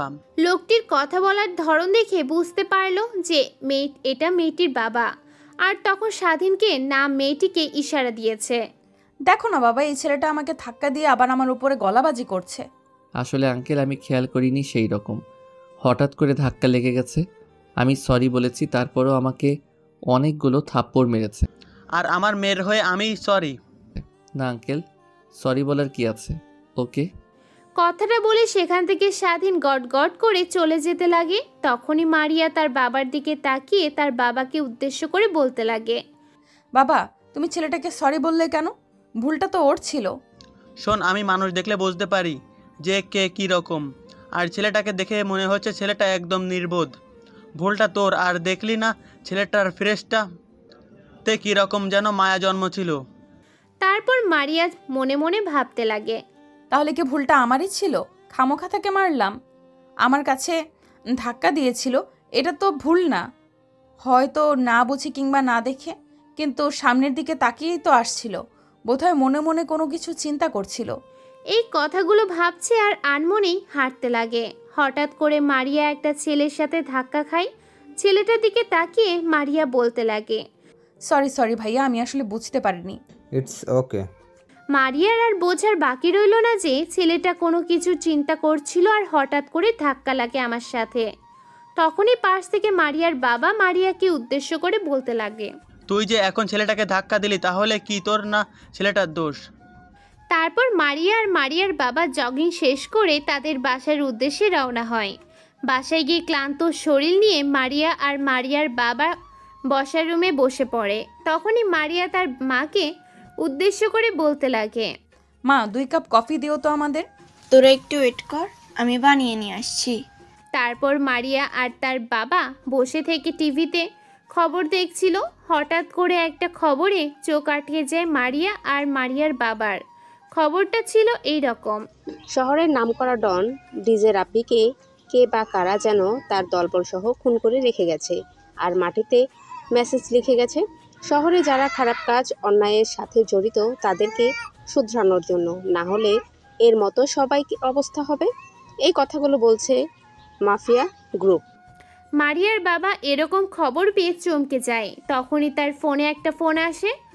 স্যার কই আপনি? খবরে তো নিশ্চয়ই শুনেছেন আজকের ব্যাপারটা। উপর মহল থেকে সার আছে, আপনি জলদি চলে আসুন পুলিশ স্টেশনে। ফোনটা রেখে দীর্ঘ একটা নিঃশ্বাসে ছাড়ে মারিয়ার বাবা। তখন মারিয়া তার বাবার দিকে তাকিয়ে বলতে লাগে, কই যাবে তুমি এখন? খবরে তো দেখতেই পেলি, তোকে আর নতুন করে কি বলবো, এখন যেতে হবে আমাকে সেখানে। পাশ থেকে মারিয়া একটু চিন্তিত কণ্ঠ নিয়ে তার বাবাকে উদ্দেশ্য করে বলতে লাগে, আসলে কি বাবার ডিজে রাব্বি না কি যেন বলল লোকটা, সে কি অনেক বড় ডন ছিল? আমি তো এখানে 2 দিন ধরে ট্রান্সফার নিয়ে এসেছি, তো কারোর সম্পর্কে তেমন একটা ধারণা নেই আমার, তা তো তুই ভালো করেই জানিস। আর আগেও নাকি কাউকে এইভাবে মেরে মাটিতে মেসেজ দিয়ে গিয়েছিল, আগের ওসি আমাকে বলে গেছে। তো বুঝতে পেরেছো তুমি? কি বুঝবো? হ্যাঁ, কারণ আগে ওসি ভালো করে জানতো যে এখন শহর একটা নতুন রূপ নিবে, তাই সে তড়িঘড়ি করে এই শহর থেকে অন্য শহরে ট্রান্সফার নিয়ে চলে গেছে। তাও হতে পারে। তারপর মারিয়ার বাবা তার মায়ের কাছ থেকে উঠে তার রুমে গিয়ে পুলিশ ইউনিফর্ম পরে বের হতে লাগে বাসা থেকে। অমনি মারিয়ার মা পেছন থেকে ডেকে বলতে লাগে, এই যে কই যাচ্ছেন আপনি? খাওয়া দাওয়া তো করে যান। বাইরে খেয়ে নেব আমি। কথাটি বলে বাড়ির বাইরে চলে যায় মারিয়ার বাবা। তারপর গাড়ি করে সোজা রাব্বিদের গোডাউনে চলে যায়। অন্যদিকে স্বাধীন শহরটা দেখা শেষ করে বাসায় গিয়ে দেখতে পায় তার বাবা উদ্বেগ কণ্ঠ নিয়ে টিভির দিকে এক দৃষ্টিতে তাকিয়ে আছে। স্বাধীন গিয়ে তার বাবার কাছে বসে থেকে টিভি দেখতে লাগে। টিভিতে দেখাচ্ছে রাব্বিদেরকে কে যেন মেরে এসেছে সেই খবর। তারপর স্বাধীনের বাবা স্বাধীনকে উদ্দেশ্য করে বলতে লাগে, শহরে এই কোন গ্যাং এলো আবার গরিবদের পাশে দাঁড়াতে? দেখবি শহরের সব গ্যাংস্টার এখন কমে যাবে। পেছন থেকে স্বাধীনের মা স্বাধীনকে আর তার বাবাকে উদ্দেশ্য করে বলতে লাগে, টিভি বন্ধ করে এবার খেতে আসো। তারপর স্বাধীনের বাবা আর স্বাধীন খাবার টেবিলে গিয়ে খাওয়া দাওয়া শেষ করে নেয়। খাবার টেবিল থেকে স্বাধীন তার রুমে চলে যায়। অন্যদিকে স্বাধীনের বাবা তার চায়ের দোকানের উদ্দেশ্যে বেরিয়ে পড়ে। অন্যদিকে স্বাধীন রুমে গিয়ে ফ্রেশ হয়ে বেরিয়ে এসে নিজেকে একটু পরিপাটি করে কলেজের উদ্দেশ্যে বেরিয়ে পড়ে। কলেজে যেতেই শরীফুলের সাথে দেখা হয় স্বাধীনের। তারপর তারা একটি গাছের নিচে বসে থেকে কথা বলতে লাগে। সেদিনের পর থেকে স্বাধীন আর শরীফুলের সাথে তাদের আগের আর বন্ধু বান্ধবীদের কথা বলে না। অন্যদিকে মারিয়ার বাবা বের হতে মারিয়া তার মাকে উদ্দেশ্য করে বলতে লাগে, মা, এখানকার নামকরা কলেজে আমি ভর্তি হব। আর তুমি যে বলেছিলে এখানকার নামকরা কলেজে তোমার কোন আত্মীয়র প্রিন্সিপাল, তাহলে চলো যাওয়া যাক। তুই রুমে গিয়ে ফ্রেশ হয়ে রেডি হয়ে আয়, আমি প্লেটগুলো মেজে তারপর তোর সাথে যাব। তারপর মারিয়া তার রুমে গিয়ে ফ্রেশ হয়ে নিচেকে একটু পরিপাটি করে নিচে এসে দেখে তার মা বসে থেকে টিভি দেখছে। তখন মারিয়ার তার মা বের হয়ে যায় কলেজের ভর্তি হওয়ার উদ্দেশ্যে। কলেজে গিয়ে কলেজ গেট দিয়ে প্রবেশ করে সোজা প্রিন্সিপালের রুমে চলে যায় মারিয়া আর তার মা। প্রিন্সিপাল মারিয়ার মাকে দেখে বলতে লাগে, কিরে বেহালা, এতদিন পরে এখানে? শোন, তোর এখানে আসলাম একটু দরকারে। তাই এত বছর পর আমাকে এমন কি দরকার পড়লো যে সোজা আমার কলেজে চলে আসলি? আসলে এই হচ্ছে আমার মেয়ে মারিয়া। তোর দুলাভাইয়ের কাজের জন্য আমরা আগে অন্য শহরে থাকতাম, কিন্তু ট্রান্সফার হয়ে আবার এই শহরে চলে এসেছি। আর মেয়েটাকে কোথায় ভর্তি করব, তখন মা বলল তোর কথা। তুই নাকি এই শহরের নামকরা কলেজের প্রিন্সিপাল, তাই আসলাম। ও তাই বলো। তারপর মারিয়ার ভর্তির ফর্মালিটিগুলো পূরণ করে। মারিয়া তার মায়ের হাত ধরে প্রিন্সিপালের রুম থেকে বেরিয়ে তার মাকে উদ্দেশ্য করে বলতে লাগে, এটা তোমার কে হয় মা? আর এমনভাবে কথা বলছো যেন 100 বছর আগের পরিচয় দুজনের। শোন, এ হচ্ছে তোর মরিয়ম খালার ছেলে ফিরোজ। তোকে যে মাঝে মাঝে বলতাম যে আমাদের মধ্যে অনেক ভালো বন্ধুত্ব ছিল, এই সে ফিরোজ। তারপর মারিয়া তার মায়ের সাথে আরও কিছু কথা বলতে লাগে সেখানে দাঁড়িয়ে। তখনই প্রিন্সিপাল রুমের বাইরে এসে মারিয়াকে কি নিয়ে পুরো কলেজটা দেখাতে লাগে আর মারিয়াকে উদ্দেশ্য করে বলতে লাগে। শোন, আমি তোর মামা, আমাকে স্যার বলবি না, আর তোর কোনো সমস্যা হলে আমাকে বলবি। একটু পর মারিয়াকে নিয়ে তাদের ক্লাসরুমে ঢুকে প্রিন্সিপাল স্যার। হঠাৎ প্রিন্সিপাল স্যারের সাথে মেয়েটিকে দেখে সবাই উদ্বেগ কণ্ঠ নিয়ে চেয়ে থাকে। তখন প্রিন্সিপাল স্যার সকলকে উদ্দেশ্য করে বলতে লাগে, এর নাম মারিয়া। মারিয়া আজ থেকে এই কলেজে পড়বে, ওর বাবা এখানকার নতুন এসআই। আর একটা কথা, কেউ মারিয়াকে বিরক্ত করবে না। কথাটি বলেই স্যার ক্লাসরুম থেকে চলে যায়। অন্যদিকে মারিয়া গিয়ে একটা মেয়ের সাথে বসে পড়ে আর সেই মেয়েটির উদ্দেশ্য করে বলতে লাগে, hi, I am Maria and you? হ্যাঁ, আমার নাম সাদিয়া। তাদের কথা বলার মাঝেই ক্লাসরুমে স্যার প্রবেশ করে পড়াতে লাগে। তখন স্যার একটা প্রশ্ন করতে সামনে থেকে স্বাধীন দাঁড়িয়ে উত্তর দেয়। হঠাৎ সকালের কথা মনে পড়ে যায় মারিয়ার, আর মনে মনে ভাবতে লাগে, এটা সেই ছেলে না যার সাথে সকালে ঝগড়া করলাম? তাহলে ছেলেটাও এই স্কুলেই পড়ে। মারিয়ার ভাবনার ছেদ ঘুটে স্যারের ডাকে। পরক্ষণ নিজেকে সামলে নিয়ে চারিদিকে তাকিয়ে মারিয়া বসে। স্যার মারিয়া কি উদ্দেশ্য করে বলতে লাগে, এই মেয়ে, তুমি কি কলেজে নতুন নাকি? জি স্যার। তাহলে তুমি ক্লাসের দিকে মন না দিয়ে মন কোথায় দিয়ে আসো? হ্যাঁ, এত করে ডাকছি, কোনো সারা শব্দ নেই তোমার। স্যার আরও দুইটা কথা বলে ক্লাস করাতে লাগে। অন্যদিকে স্বাধীন মেয়েটিকে এখানে দেখে তো অবাক।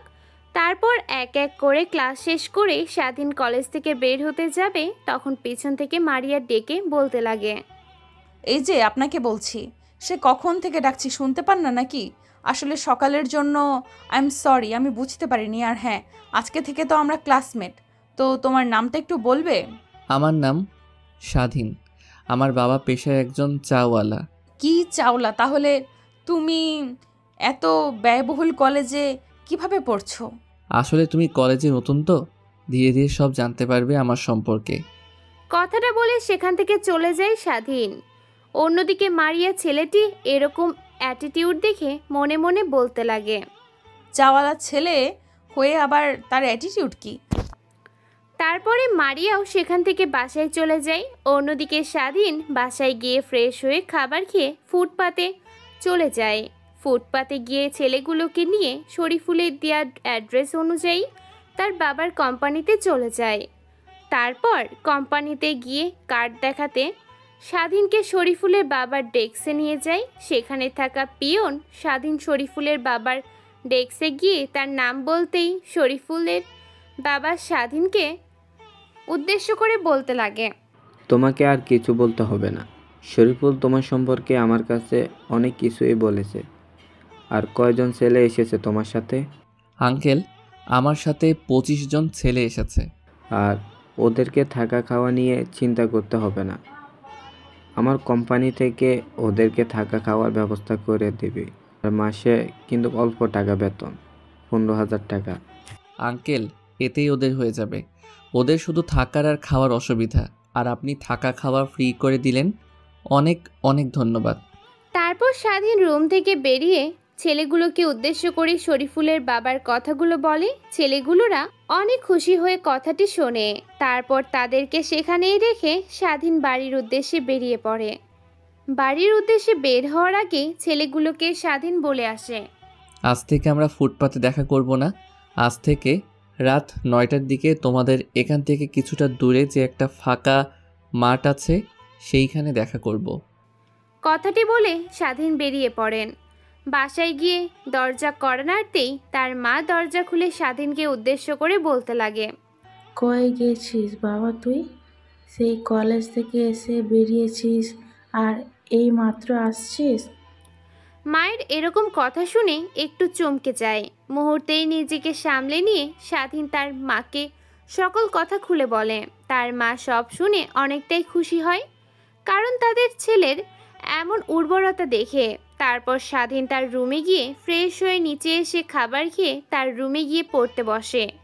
রাত্রি 9টা বাজলে স্বাধীন জানলা দিয়ে বের হয়ে সেই বড় মাঠে চলে যায়।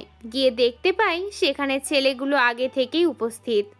তারপর স্বাধীন ছেলেগুলোকে উদ্দেশ্য করে বলতে লাগে, আমরা যখন পরপর শহরের নামকরা 2টা গ্যাংকে শেষ করে দিয়েছি, তখন আমাদেরকে ভয় করে অনেক ছোট ছোট গ্যাং লিডাররা সরেই গেছে। এখন শুধু বেঁচে আছে মাত্র 2টা লিডার। ওরাই সবটাকে ধ্বংস করে। ধীরে ধীরে আমরা ওই দুজনকেও শেষ করে দেব। তারপর তাদের বাপকেও আমরা শেষ করে দেব। স্বাধীনের কথাই সবাই সম্মতি জানায়। তারপর তারা তাদের গোডাউন ঘরে গিয়ে যার যার পোশাক পরে নেয়। সকলে কালো পোশাক পরে নেয় এবং মুখে মাস্ক লাগিয়ে নেয়। পিস্তল হাতে নিয়ে বেরিয়ে পড়ে শহরের নামকরা মাফিয়া লিডার সালামের উদ্দেশ্যে। একটু পর স্বাধীনেরা সালামের গোপন স্থানে চলে যায়। সেখানে পৌঁছে দেখে যে সালাম আর সালামের লোকেরা ড্রাগস সাপ্লাই দেওয়ার জন্য প্রস্তুতি নিচ্ছে। হঠাৎ দরজা ভেঙে স্বাধীন আর স্বাধীনের লোকেরা প্রবেশ করে। হঠাৎ স্বাধীনকে আর স্বাধীনের ছেলেদেরকে দেখে সালাম বলে, তোরা কে? এখানে কেন এসেছিস তোরা? পরিচয় দিলে ঠিকই চিনতে পারবি। আমরাই হচ্ছে এই শহরের নতুন মাফিয়া, যার উদ্দেশ্য এই শহর থেকে তোর মতো দেশের শত্রু, শহরের শত্রু মাফিয়াদেরকে শেষ করা। কথাটি বলেই সালামের লোকদের উপর গুলিবর্ষণ শুরু হয়। একটু পর স্বাধীন ইশারাই দিয়ে সকলকে গুলি করতে নিষেধ করে। তারপর সালামের কাছে গিয়ে স্বাধীন বলতে লাগে, কিরে এখনই ভয় পেয়ে গেলি? তোর কাছে জানি না কতজন মাথা নত করেছে, তারপরেও তাদেরকে শেষ করে দিয়েছিস। জানি না তাদেরকে কত শাস্তি দিয়ে মেরেছিস, কিন্তু আমি তোকে শাস্তি না দিয়ে মারবো। কথাটি বলেই স্বাধীন সালামের মাথার কাছে গুলি নিয়ে গিয়ে ঠাস ঠাস করে 3টা গুলি করে। মুহূর্তে লুটিয়ে পড়ে সালাম নিথর দেহ মাটিতে। তারপর স্বাধীন আর তার ছেলেরা সালাম আর তার লোকদেরকে গোডাউনের ঘরে বাহিরে উঠোনে একত্র করে দড়ি দিয়ে বেঁধে রাখে সেখানে। আর অন্যদিকে স্বাধীন পুরো গোডাউন ঘরে আগুন লাগিয়ে দেয়। পুড়ে যেতে লাগে কোটি কোটি টাকা ড্রাগস। তারপর স্বাধীন মাটিতে একটা মেসেজ লিখে দিয়ে সেখান থেকে চলে যায়। এখন বর্ষার দিন আর তার ছেলেরা গোডাউন ঘরে গিয়ে পৌঁছায়। তারপর নিজেদের পোশাক চেঞ্জ করে বন্দুকগুলো সামলে রেখে সেখান থেকে বাসায় চলে যায়। স্বাধীন গিয়ে জানলা দিয়ে ঘরে প্রবেশ করে, জানলা লাগিয়ে দিয়ে ঘুমিয়ে পড়ে। পরের দিন সকালবেলা ঘুম ভাঙে আজানের শব্দে। তারপর ঘুম থেকে উঠে নামাজ পড়ে রাস্তা দিয়ে হাঁটতে লাগে সে। একটু পর দেখতে পায় মারিয়া আর তার বাবা রাস্তা দিয়ে জগিং করছে। স্বাধীনের পাশ দিয়ে মারিয়া যখন যায়, এক পলকে তাকিয়েছিল মারিয়া স্বাধীনের দিকে। এদিকে মারিয়া তার বাবাকে উদ্দেশ্য করে বলতে লাগে, আচ্ছা বাবা, চাওয়ালা ছেলে কিভাবে একটা বড় কলেজে চান্স পায়? শোনো, কখনোই কাউকে ছোট করে দেখবে না, সে যতই ছোট হোক না কেন। নিশ্চয়ই ছেলেটির মাঝে এমন কোনো ট্যালেন্ট আছে যে বড় কলেজে চান্স পেয়েছে। অনেক সময় দেখিস না যে গরিব ঘরের ছেলেরা বড় বড় কলেজে পড়াশোনা করে। আচ্ছা বাবা, তুমি চাওয়ালাকে কোন নজরে দেখো? শোন মা, তুই আগে থেকে জানিস আমি বড় লোকদের পছন্দ করি না। একটা মানুষ সৎ পথে ইনকাম করে খায়, সেটা চা বিক্রি করে হোক কিংবা ভাত বিক্রি করে হোক। আর শোন, তুইও কখনো কাউকে ছোট নজরে দেখবি না, কারণ দিন শেষে আমরাও সবাই মানুষ। তারপর মারিয়া আর মারিয়ার বাবা বাসায় চলে যায়। স্বাধীন তার শহরটা একটু ঘুরে দেখে, বাসায় চলে যায়। বাসায় গিয়ে ফ্রেশ হয়ে নাস্তা করে, নিজের রুমে গিয়ে একটু পরিপাটি হয়ে কলেজের উদ্দেশ্যে বেরিয়ে পড়ে। এইদিকে মারিয়াও তার বাসায় গিয়ে ফ্রেশ হয়ে নাস্তা করে কলেজের উদ্দেশ্যে বেরিয়ে পড়ে। মারিয়া কলেজে যাওয়ার সময় হঠাৎ রাস্তা দিয়ে স্বাধীনকে হেঁটে যেতে দেখে। স্বাধীনের কাছে গাড়ি দাঁড় করিয়ে স্বাধীনকে উদ্দেশ্য করে বলতে লাগে মারিয়া, তুমি কি প্রতিদিন হেঁটে কলেজে যাও? হঠাৎ এমন কথা শুনে স্বাধীন পাশ ফিরে দেখে মারিয়া তাকে উদ্দেশ্য করে গাড়ির ভিতর থেকে কথাগুলো বলছে। তারপর স্বাধীন নিজেকে সামলে নিয়ে মারিয়াকে উদ্দেশ্য করে বলতে লাগে, হ্যাঁ, আমি প্রত্যেক দিন এইভাবেই কলেজে যাই। এখান থেকে তো মাত্র 3 কিলোমিটার দূরে আমাদের কলেজ, তো আমার হেঁটে কলেজে যেতে কোনো সমস্যা হয় না। না। স্বাধীনের মুখ থেকে এমন কথা শুনে হকচকিয়ে যায় মারিয়া। নিজেকে সামলে নিয়ে মারিয়া স্বাধীনকে উদ্দেশ্য করে বলতে লাগে, আচ্ছা আর কথা বলতে হবে না, গাড়িতে ওঠো। দরজা খুলে দিয়ে স্বাধীনকে উদ্দেশ্য করে বলে ওঠে কথাগুলো মারিয়া, আমি হেঁটে যেতে পারবো। গাড়িতে উঠতে বলেছে, ওঠো। এত কথা বলো কেন তুমি? তারপর স্বাধীন আর কিছু না বলে গাড়িতে উঠে পড়ে। একটু পর গাড়ির কলেজে প্রবেশ করতে হঠাৎ স্বাধীনকে গাড়ি থেকে নামতে রেখে তার বন্ধুরা এক দৃষ্টিতে তাকিয়ে আছে। একটু পর দেখতে পাই যে গাড়িটা আর কারো না, মারিয়ার। কলেজে নতুন মেয়ে। কিরে, কি দেখলাম এটা? স্বাধীন, ওই মেয়েটা এক গাড়িতে করে আসলো না? শালার কপাল দেখছোস মামা, নতুন মেয়েটা এসেই প্রেমে পড়ে গেছে। স্বাধীনের দিকে তাকিয়ে আরও কথা বলতে লাগে স্বাধীনের পুরনো বন্ধুরা। একটু পর স্বাধীন আর মারিয়া তাদের ক্লাসরুমে চলে যায়। একটু পর সেখানে শরীফুল চলে আসে। তখন স্বাধীন আর মারিয়াকে একসাথে বসে কথা বলতে দেখে। একটু জেলাস ফিল করে, কিন্তু পরক্ষণেই সামলে নিয়ে স্বাধীনকে উদ্দেশ্য করে বলতে লাগে, মামা, তোদের মধ্যে কি চলছে? যেখানে তোর কাছ থেকে 100 গজ দূরে থাকে কলেজের প্রত্যেকটা মেয়ে, সেখানে কেনা মাত্র 2 দিনেই এই মেয়েটা তোর সাথে এসে কথা বলছে। আবার দেখলাম এক গাড়িতে করে আসলে 2 জন। স্বাধীনের হাত ধরে সেখান থেকে তুলে নিয়ে ক্লাসরুমের বাইরে গিয়ে স্বাধীনকে উদ্দেশ্য করে শরীফুল বলতে লাগে। তারপর স্বাধীন শরীফুলকে সব কথা খুলে বলে, কিভাবে মারিয়ার সাথে এক গাড়িতে করে আসলো। তারপর তারা দুজন ক্লাসরুমে গিয়ে বসে পড়ে। একটু পর স্যার চলে আসে। স্যার এসে ক্লাস করাতে লাগে। এভাবেই কেটে যায় সারাটা দিন। দেখতে দেখতে প্রায় 7 দিন কেটে যায়। এই 7 দিনে স্বাধীন আর তার ছেলেরা কোনো গ্যাংকে আক্রমণ করেনি, কারণ তারা দেখতে চেয়েছিল যে তারা যদি 7 দিন কোনো গ্যাংয়ের উপর আক্রমণ না করে তখন তারা কি করে। এই 7 দিনে আবার বেড়ে যায় গ্যাংয়ের সংখ্যা এবং সব ধরনের খারাপ কাজ। তারপর স্বাধীন ও তার ছেলেপেলেগুলো এক এক করে শহরের সব কয়টা গ্যাং শেষ করতে লাগে।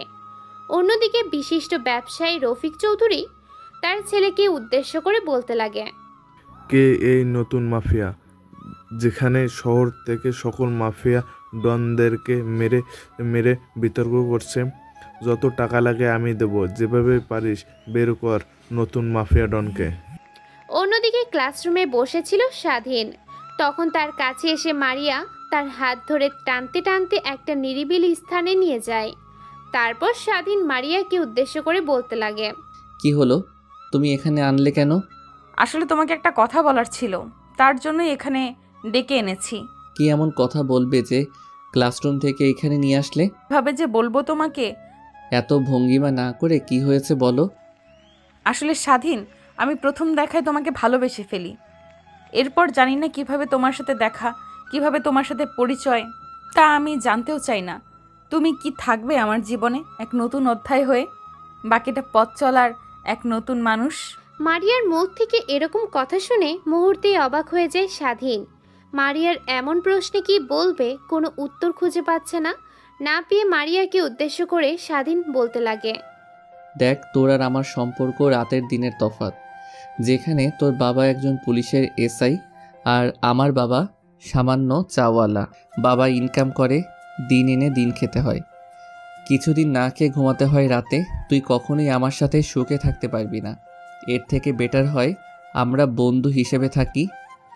স্বাধীনের মুখ থেকে এমন কথা শুনে মারিয়া অবাক হয়ে যায়। কিছুক্ষণ চুপ থেকে স্বাধীনের থেকে তাকিয়ে কান্না মিশ্রিত কণ্ঠে বলতে লাগে, আমার কোনো সমস্যাই হবে না, সব কিছু মানিয়ে নেব। তুই এখন আবেগের বশে এগুলো কথা বলছিস।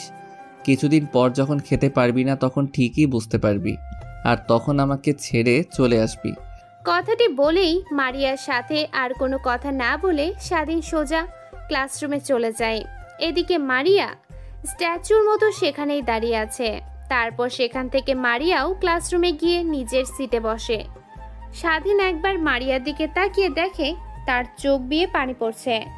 অন্যদিকে স্বাধীন মনে মনে বলতে লাগে, আমিও তো তোমাকে ভালোবাসি। আমার এই ওয়ানের সিট জীবনে কিভাবে তোমাকে ঠাঁই দেব জানি না, বাঁচবো কিনা মরবো। যত বড় বড় গ্যাংস্টার আমার পিছনে লেগেছে আমায় মারার জন্য, বোধহয় বেশি দিন বেঁচে থাকতে পারবো না এই পৃথিবীতে। তাই তোমার সাথে মিথ্যা মায়ায় না জড়িয়ে তোমাকে কষ্ট দিলাম। তারপর স্বাধীন ক্লাস শেষ করে সেখান থেকে বাড়ির উদ্দেশ্যে বেরিয়ে যায়। অন্যদিকে মারিয়া ক্লাস শেষ করে বাড়িতে গিয়ে সোজা তার রুমে চলে যায়। রুমে গিয়ে দরজা লাগিয়ে কান্না করতে লাগে আর বলতে লাগে, জীবনে ভালোবাসা কি তা আমি জানি না। তোমাকে দেখে আমি প্রথম ভালোবাসা শিখেছি, আর সেখানেই কিনা তুমি আমাকে রিজেক্ট করলে, কষ্ট দিলে। ঠিক আছে, কালকে থেকে আমি নতুন ছেলেদের সাথে বন্ধুত্ব করব, তোমার সাথে আর কথা বলবো না।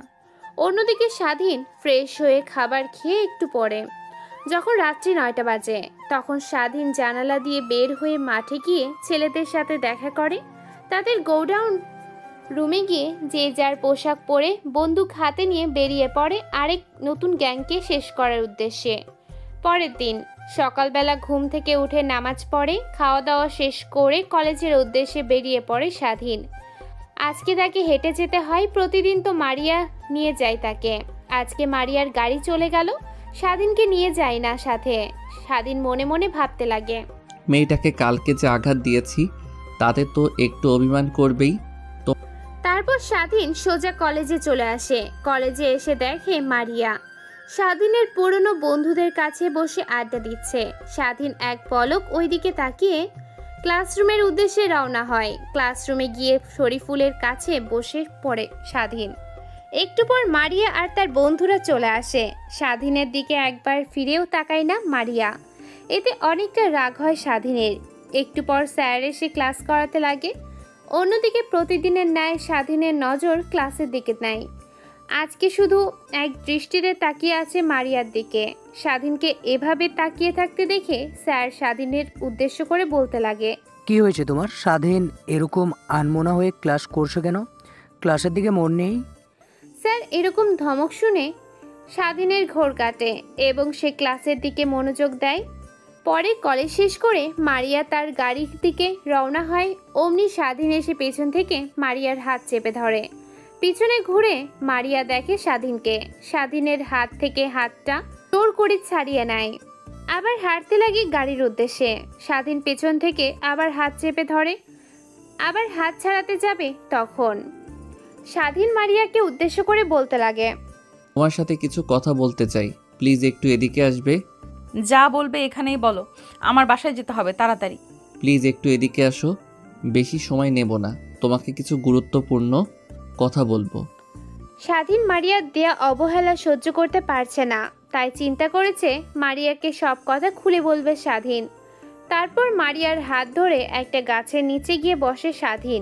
মারিয়াকে উদ্দেশ্য করে বলতে লাগে, আমি তোমাকে রিজেক্ট করেছি কেন জানো? না। আমার জীবনের কোনো নিরাপত্তা নেই, কখন আমাকে মেরে ফেলবে আমি নিজেও জানি না। স্বাধীনের মুখ থেকে এরকম কথা শুনে মুহূর্তে চমকে ওঠে মারিয়া। পরক্ষণে নিজেকে সামলে নিয়ে মারিয়া স্বাধীনকে উদ্দেশ্য করে বলতে লাগে, কি বলছো এগুলো তুমি? তোমার জীবনের রিস্ক মানে? তুমি আমাকে কথা দাও যে তুমি ছাড়া আর এই কথা কেউ জানতে পারবে না। তারপর মারিয়া তার হাতটি স্বাধীনের হাতের ভিতর গুজে দিয়ে স্বাধীনকে উদ্দেশ্য করে মারিয়া বলতে লাগে, আমি তোমাকে কথা দিলাম, তুমি আর আমি ছাড়া এই কথা কেউ জানতে পারবে না। তুমি কি নতুন মাফিয়া ডনের কথা শুনেছো? হ্যাঁ শুনেছি, যে কিনা এই শহরটা সন্ত্রাসমুক্ত করতে চায়। এর জন্য এক এক করে শহরে থাকা সকল মাফিয়াদের মেরে ফেলেছে সে। সে নতুন মাফিয়া ডন কেউ না, জানো সে আমি। স্বাধীনের মুখ থেকে এরকম কথা শুনে মুহূর্তে চমকে যায় মারিয়া। পরক্ষণেই নিজেকে সামলে নিয়ে স্বাধীনকে উদ্দেশ্য করে বলতে লাগে, তুমি যে বললে কথাগুলো সব সত্যি? হ্যাঁ আমি সেই নতুন মাফিয়া ডন, এটাই সত্যি। তারপর স্বাধীন মাটির দিকে তাকিয়ে থেকে শুরু থেকে শেষ পর্যন্ত বলতে লাগে কিভাবে সে এই মাফিয়া ডন হয়ে উঠল। তারপর স্বাধীন মাটি থেকে চোখ ঘুরিয়ে মারিয়ার দিকে তাকাতে দেখে মায়ের চোখ দিয়ে পানি পড়ছে। তারপর মারিয়ার সাথে আরও কিছু কথা বলে স্বাধীন সেখান থেকে উঠতে যাবে, অমনি পিছন থেকে জড়িয়ে ধরে মারিয়া। তারপর স্বাধীনকে উদ্দেশ্য করে মারিয়া বলতে লাগে, তুমি ডন হও কিংবা মাফিয়া হও সেটা আমার দেখার বিষয় না, আমি তোমাকে ভালোবাসি, এটাই প্রথম এটাই শেষ। তারপর মারিয়া স্বাধীনকে আর কিছু না বলে গাড়ি নিয়ে বাড়িতে চলে যায়। অন্যদেরকে স্বাধীন কলেজ থেকে বাসায় গিয়ে দরজায় কড়া দিতে তার মা এসে দরজায় খুলে দেয়। তারপর স্বাধীনের মা স্বাধীনকে উদ্দেশ্য করে বলতে লাগে, তোর বাবা তোকে কলেজ যেতে এসে দোকানে যেতে বলেছিল। কেন মা? তোর বাবার শরীরটা দিন দিন অবনতি হচ্ছে। কতবার করে বললাম যে হাসপাতালে যাও, কিন্তু সে যাচ্ছে না, শুধুই বলছে যাচ্ছে টাকা নেই। আচ্ছা মা, অনেক ক্ষুধা লাগছে, তুমি খাবার দাও, আমি ফ্রেশ হয়ে আসছি। তারপর স্বাধীন তার রুমে গিয়ে ফ্রেশ হয়ে পোশাক পরিবর্তন করে খাবার খেয়ে তার বাবার দোকানে উদ্দেশ্যে বেরিয়ে যায়। দোকানে গিয়ে তার বাবাকে উদ্দেশ্য করে স্বাধীন বলতে লাগে, বাবা তুমি আসতে বলেছিলে। হ্যাঁ বাবা, শরীরটা তেমন ভালো না, তাই তোর মাকে বলে এসেছিলাম তুই কলেজ থেকে ফিরলে দোকানে পাঠিয়ে দেওয়ার জন্য। আচ্ছা বাবা আমি চলে এসেছি, তুমি তাহলে বাসায় যাও। তারপর স্বাধীনের বাবা দোকানে স্বাধীনকে বুঝিয়ে দিয়ে বাসায় চলে যায়। অন্যদিকে মারিয়া তার রুমে গিয়ে ফ্রেশ হয়ে তার মায়ের সাথে গল্প করতে লাগে। তখনই দরজায় কে যেন কলিং বেল দেয়। দৌড়ে গিয়ে মারিয়া দরজা খুলে দেখে তার বাবা সামনে দাঁড়ানো। অন্যদিকে স্বাধীন রাত্রে দোকান বন্ধ করে। স্বাধীন বেরিয়ে পড়ে বাসার উদ্দেশ্যে। তারপর স্বাধীন বাসায় গিয়ে দরজায় কড়া নাড়তে তার মা এসে দরজা খোলে। তারপর স্বাধীন দোকানদারি করে যে টাকা পেয়েছে সেই টাকা তার মায়ের হাতে গুঁজে দেয়। তারপর সে রুমে চলে যায়। রুমে গিয়ে স্বাধীন ফ্রেশ হয়ে নিচে এসে খাওয়া দাওয়া শেষ করে একটু পড়তে বসে। যখন 9টা বাজে তখন স্বাধীন জানলা দিয়ে বের হয়ে যায় মাঠের উদ্দেশ্যে। মাঠে গিয়ে দেখে সেখানে আগে থেকে রয়েছে সৌরভ আর তার বন্ধুরা। স্বাধীনকে দেখে এগিয়ে আসে তারা। ছেলেগুলো ও মাঠ থেকে উঠে আসে। তখন সৌরভ বলতে লাগে, ভাই আজকে কার খেল খতম করব? আমি খবর পেয়েছি যে সালাম আর শহরের নামি দামি সব ডন মাফিয়া একত্র হয়ে আমাদেরকে শেষ করবার জন্য মিটিং করছে তারা। তাহলে আমরা কি করব এখন? এখনই আমাদের মোক্ষম সময়, না হইলে পরে সময় পাওয়া যাবে না। সবাই যেহেতু একত্র আছে ওদের উপরে হামলা করে সকলকে শেষ করে দেব। সেখানে থাকা প্রত্যেকটা গ্যাংকে শেষ করতে পারলে শহরে আর কোনো লিডাররা বেঁচে থাকবে না। ওকে ভাই, তাহলে চলেন আমাদের গোডাউন ঘরে। তারপরে স্বাধীন আর তার ছেলেরা গোডাউনের ঘরে গিয়ে যে যার পোশাক পরে পিস্তল হাতে নিয়ে বেরিয়ে পড়ে সালামদের ডেরায়। অন্যদিকে এখানে যারা আছে সকলের একটাই সূত্র, সেটা হলো নতুন মাফিয়া ডন। আর আমাদের বের করতে হবে এই নতুন মাফিয়া ডন কারা। আর তখন সেখানে স্বাধীন উপস্থিত হয়। লোকগুলোকে উদ্দেশ্য করে স্বাধীন বলতে লাগে, খুঁজতে হবে না তোদের, আমি চলে এসেছি। তোরা স্মরণ করেছিস আর আমি না এসে থাকতে পারি? বল। তার মানে তুই নতুন মাফিয়া? তা মাস্ক পরে আছিস কেন? মাস্ক খুল দেখি তোর চেহারাটা। আমাকে দেখলে তুই নিজেই প্যান্টে হিসি করে দিবি, সো আমাকে তোর দেখতে হবে না। এক কাজ কর, আমার অ্যাকশন তুই দেখ। আচ্ছা, আমরা একটা ডিল করতে পারি। তুই যেহেতু নতুন মাফিয়া, আমরা পুরনো, তুই আমাদের সাথে যোগ দে। তোদের সাথে যোগ দেওয়ার হলে অনেক আগেই যোগ দিতাম। আমি এই শহর থেকে তোদের মতো মাফিয়া গ্যাংস্টারদেরকে সরাতে চাই। এর জন্যই আমি নতুন একটা মাফিয়া গ্যাং তৈরি করেছি যার নাম নতুন মাফিয়া। তখনই লোকটিকে ঠাস ঠাস করে থাপ্পড় লাগিয়ে দেয় সালাম। আর স্বাধীনকে উদ্দেশ্য করে বলতে লাগে, দেখছিস না এখানে বড়রা কথা বলছে, তোর এখানে কি কথা? আর শোন, আমরা এখানে মীমাংসা করব, কেউ কারো ক্ষতি চাই না। আর অন্যদিকে সালাম মনে মনে ভাবছে, ছেলেটা একবার আমার টোপ গিললে তারপর দেখ নাস্তা না বোধ করেছি। পুরো শহর থেকে মাফিয়া সরাবি না, তোর অস্তিত্বই রাখবো না এই শহরে। হঠাৎ স্বাধীন বলে, স্বাধীনকে তো তুই বোকা পেয়েছিস যে তোদের সাথে হাত মিলিয়ে কাজ করব আমি। তারপর সেখানে থাকা প্রত্যেকটা গ্যাংস্টার স্বাধীনের উপরে আক্রমণ করতে আসে। অমনি দরজা দিয়ে প্রবেশ করে স্বাধীনের ছেলে পেলে হাতে বন্দুক নিয়ে। এক এক করে গুলি করে মারতে লাগে সকলকে। একটু পর চারিদিকে লাল রক্ত পুরো রুম জুড়ে। নিথর শরীরগুলো নিচে পড়ে আছে আর নীরবতা। সকলের নিথর দেহ পড়ে আছে মাটিতে। শুধুমাত্র সালাম তখন সালামের কাছে গিয়ে স্বাধীন বলতে লাগে, আমি জানি তোদের পিছনে একটা বড় হাত আছে। সেই হাতটাকে ভালোই ভালোই বলবি নাকি তোর পরিবারকেও মেরে ফেলবো? হঠাৎ স্বাধীনের মুখ থেকে পরিবার শব্দটি শুনে মুহূর্তে কেঁপে ওঠে সালাম। তারপর স্বাধীনকে উদ্দেশ্য করে সালাম বলতে লাগে, ভাই আমাকে আর আমার পরিবারকে মারবেন না, আমি আপনাকে সব কথা খুলে বলছি।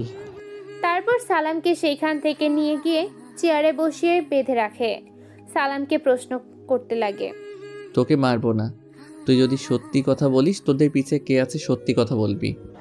ভাই আমাদের সকলের লিডার, এখানকার এমপি, ও আমাদেরকে প্রশাসনের হাত থেকে রক্ষা করে। আর হ্যাঁ, আমাদেরকে ড্রাগস সাপ্লাই দেয় সেই এমপি। আর এই শহরের প্রত্যেকটাই ডন মাফিয়াদের লিডার এমপি। সালামের মুখ থেকে এরকম কথা শুনে মুহূর্তে চমকে ওঠে স্বাধীন। পরক্ষণেই নিজেকে সামলে নিয়ে স্বাধীন সালামকে উদ্দেশ্য করে বলতে লাগে, তো এখন তুই এমপিকে ফোন করবি আর বলবি যে এখানে সব গ্যাংয়ের সাথে সবার গ্যাঞ্জাম হয়েছে, আর তাকে এসে ঝামেলাটা মিটিয়ে দেওয়ার জন্য বলবি। স্বাধীনের কথা অনুযায়ী সালাম তার পকেট থেকে ফোন বের করে এমপিকে ফোন করে।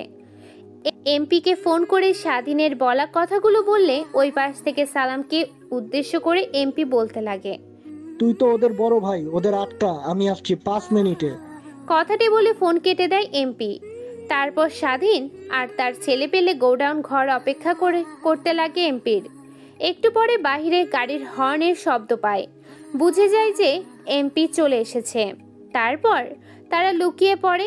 এমপি গোডাউনের ঘরে এসে দেখে চেয়ারের সাথে বাঁধা সালাম। তার আর বোঝার বাকি রইল না যে তাকে ফাঁসানো হয়েছে। তখনই এমপির সামনে চলে আসে স্বাধীন আর এমপিকে উদ্দেশ্য করে বলতে লাগে, আমি আপনাকে অনেক ভালোবেসেছিলাম এমপি সাহেব, কিন্তু আপনি এসব নাটের গুরু।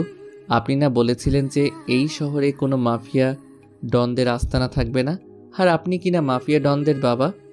স্বাধীনের মুখ থেকে এরকম কথা শুনে হা হা করে হাসতে লাগে এমপির সাহেব। এমপিকে হাসতে দেখে স্বাধীন ভ্যাবাচাকা খেয়ে যায়। তারপর এমপিকে উদ্দেশ্য করে স্বাধীন বলতে লাগে, তোর তো আজ শেষ দিন, আর তুই পাগলের মতো হাসছিস, অধিক শোকে পাথর হয়ে গেলি নাকি? তখনই এমপি হাসা থামিয়ে স্বাধীনকে উদ্দেশ্য করে বলতে লাগে, পিছে ঘুরে তো দেখ একবার। স্বাধীন পিছে তাকাতেই দেখে সেখানে এমপির ছেলেপেলেরা হাতে বন্দুক নিয়ে স্বাধীনের দিকে তাকিয়ে তাক করে আছে। এমপির ইশারা দিতে স্বাধীনের গায়ে একটা ছেলে গুলি করে। তারপর অপর দিক থেকে তাদের উপর এলো পাথারে গুলি করতে লাগে স্বাধীনের ছেলেপেলে। মুহূর্তে সেখানে শুনশান নীরবতা বিরাজ করছে। তারপর সৌরভ স্বাধীনের কাছে গিয়ে বলতে লাগে, ভাই ঠিক আছেন আপনি? হ্যাঁ আমি ঠিক আছি, আর তোরা এমপিকে আর সালামকে মেরে সকলকে রাস্তায় ফেলে দিয়ে আয়, আর এই গোডাউনের ঘরটা পুড়িয়ে দে। আর যে টাকাগুলো পাবি এখান থেকে, সে টাকাগুলো অনাথ আশ্রমে দিয়ে দিবি। কথাটি বলেই অজ্ঞান হয়ে যায় স্বাধীন। তারপর স্বাধীনকে নিয়ে হাসপাতালে চলে যায় কিছু ছেলে। অন্যদিকে সৌরভ স্বাধীনের বলা কথা অনুযায়ী সেখানে থাকার 24টি গ্যাংয়ের লিডার আর তার ছেলেদেরকে দড়ি দিয়ে বেঁধে রাস্তায় ফেলে আসে। তারপর রক্ত দিয়ে সেখানে লিখে দিয়ে আসে, পুরো শহরটাকে আমরা সাফাই করে দিলাম, এই শহরে আর কোনো গ্যাং বেঁচে নেই, আমাদেরও কাজ শেষ, আর নিরীহ কোনো প্রাণ যাবে না। আর এই যে এমপিকে মেরেছি আমরা, এই এমপি হচ্ছে গ্যাংয়ের লিডার, তাই একেও মারছি। এখানে পেন ড্রাইভে সকল ইনফরমেশনগুলো আছে। তারপর সেখান থেকে গোডাউনের ঘরে গিয়ে টাকাগুলো সরিয়ে গোডাউনের ঘরে আগুন লাগিয়ে দেয়। তারপর টাকাগুলো অনাথ আশ্রমে থাকা লোকটিকে দেয়। তারপর তারা স্বাধীনকে দেখার জন্য হসপিটালে চলে যায়। অন্যদিকে স্বাধীন হসপিটাল থিয়েটারে শুয়ে আছে।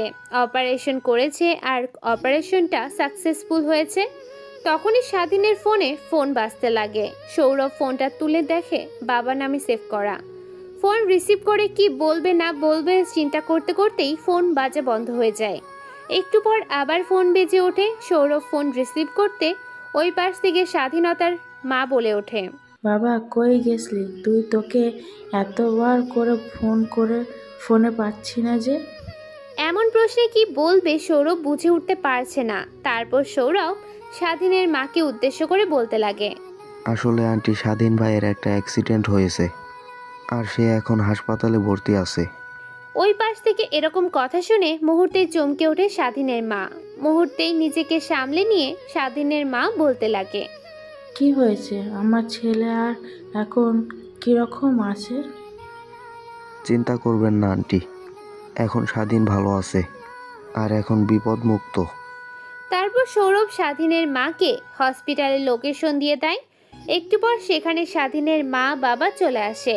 অন্যদিকে মারিয়া কলেজে গিয়ে স্বাধীনকে খুঁজে না পেয়ে তার নাম্বারে ফোন করে। ছেলের পাশ থেকে ফোন রিসিভ করে স্বাধীনের মা বলতে লাগে, হ্যালো। মেয়েলি কণ্ঠে শুনে মারিয়ার বোঝার বাকি রইল না যে ফোনটা রিসিভ করেছে স্বাধীনের মা। কি বলবে বুঝতে না পেরে স্বাধীনের মাকে উদ্দেশ্য করে মারিয়া বলতে লাগে, আসসালামু আলাইকুম আন্টি, আমি স্বাধীনের বান্ধবী। ও তো প্রত্যেক দিন কলেজে আসে, আজ তো আসে নাই, তাই ফোন করেছি।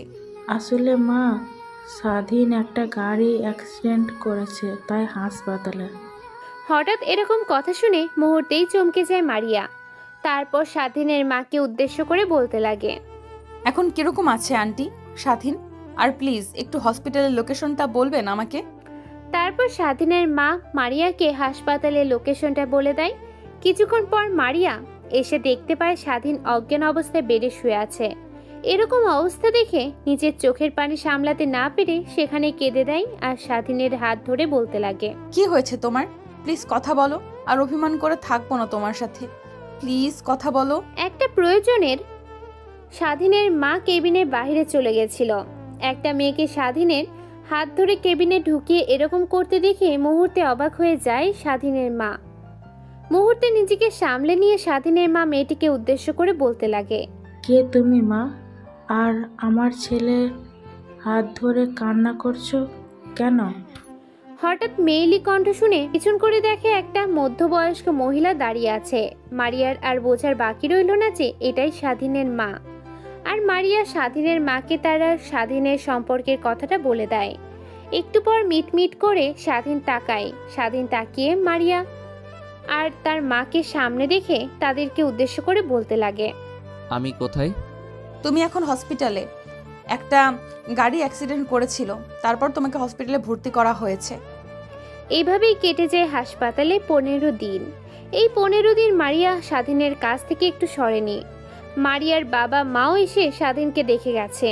মেয়ের এরকম কীর্তি দেখে মারিয়ার মা বাবার বোঝা বাকি রইল না যে মারিয়া স্বাধীনকে ভালোবাসে। মা বাবা বুঝে গেছে যে মারিয়া স্বাধীনকে ভালোবাসে, ইভেন ওরা দুজন দুজনকে ভালোবাসে। তারপর স্বাধীনের মা বাবা আর মারিয়ার মা বাবা কেবিন থেকে বাইরে বেরিয়ে তাদের ব্যক্তিগত পরিচয় পর্ব শেষ করে তাদের বিয়ের বিষয়ে কথা বলে নেয়। তখনই মারিয়ার বাবা বলতে লাগে, স্বাধীন একটু সুস্থ হোক, তারপর ওদের বিয়ের কথা আগাবো। আর হ্যাঁ, স্বাধীনকে একটা পুলিশের জব দিয়ে দিব, এতেও বেকারত্ব থাকবে না ওর। 4 মাস পর বাসর ঘরে বসে আছে মারিয়া বউ সাজে। স্বাধীন বাসর ঘরে ঢুকতে লজ্জা পাচ্ছে। লজ্জা ঠেলে সরিয়ে বাসর ঘরে ঢুকে পড়ে সে। তারপর মারিয়ার খাট থেকে উঠে স্বাধীনের পায়ে হাত দিয়ে সালাম করতে লাগে। তখন স্বাধীন মারিয়ার হাত ধরে তুলে বুকের সাথে জড়িয়ে ধরে বলতে লাগে, কি করছো পাগলি মেয়ে? পায়ে কখনো সালাম করবে না? তোমার স্থান তো আমার বুকে। তারপর মারিয়া স্বাধীনকে উদ্দেশ্য করে বলতে লাগে, এখন কোনো দুষ্টুমি না, আগে 2 রাকাত নফল নামাজ পড়ে নেব, তারপর সকল দুষ্টুমি। তারপরও তারা দুজন নামাজ পড়ে নেয়। নামাজ পড়া শেষ হতেই মারিয়া গিয়ে খাটে বসে পড়ে। অমনি স্বাধীন গিয়ে মারিয়ার পাশে বসে পড়ে। স্বাধীন চট করে মারিয়ার গালে চুমু দিয়ে দেয় এবং জড়িয়ে ধরে শুয়ে পড়ে এবং মুহূর্তেই হারিয়ে যায় ভালোবাসার এক অসীম সাগরে। এইখানেই গল্পটা সমাপ্ত করলাম। আর গল্পটা কেমন হয়েছে অবশ্যই কমেন্ট বক্সে জানাবেন। ধন্যবাদ সবাইকে। ভালো থাকবেন, সুস্থ থাকবেন। ততক্ষণে আবার একটি নতুন মাফিয়া গল্প নিয়ে আসবো। আসসালামু আলাইকুম।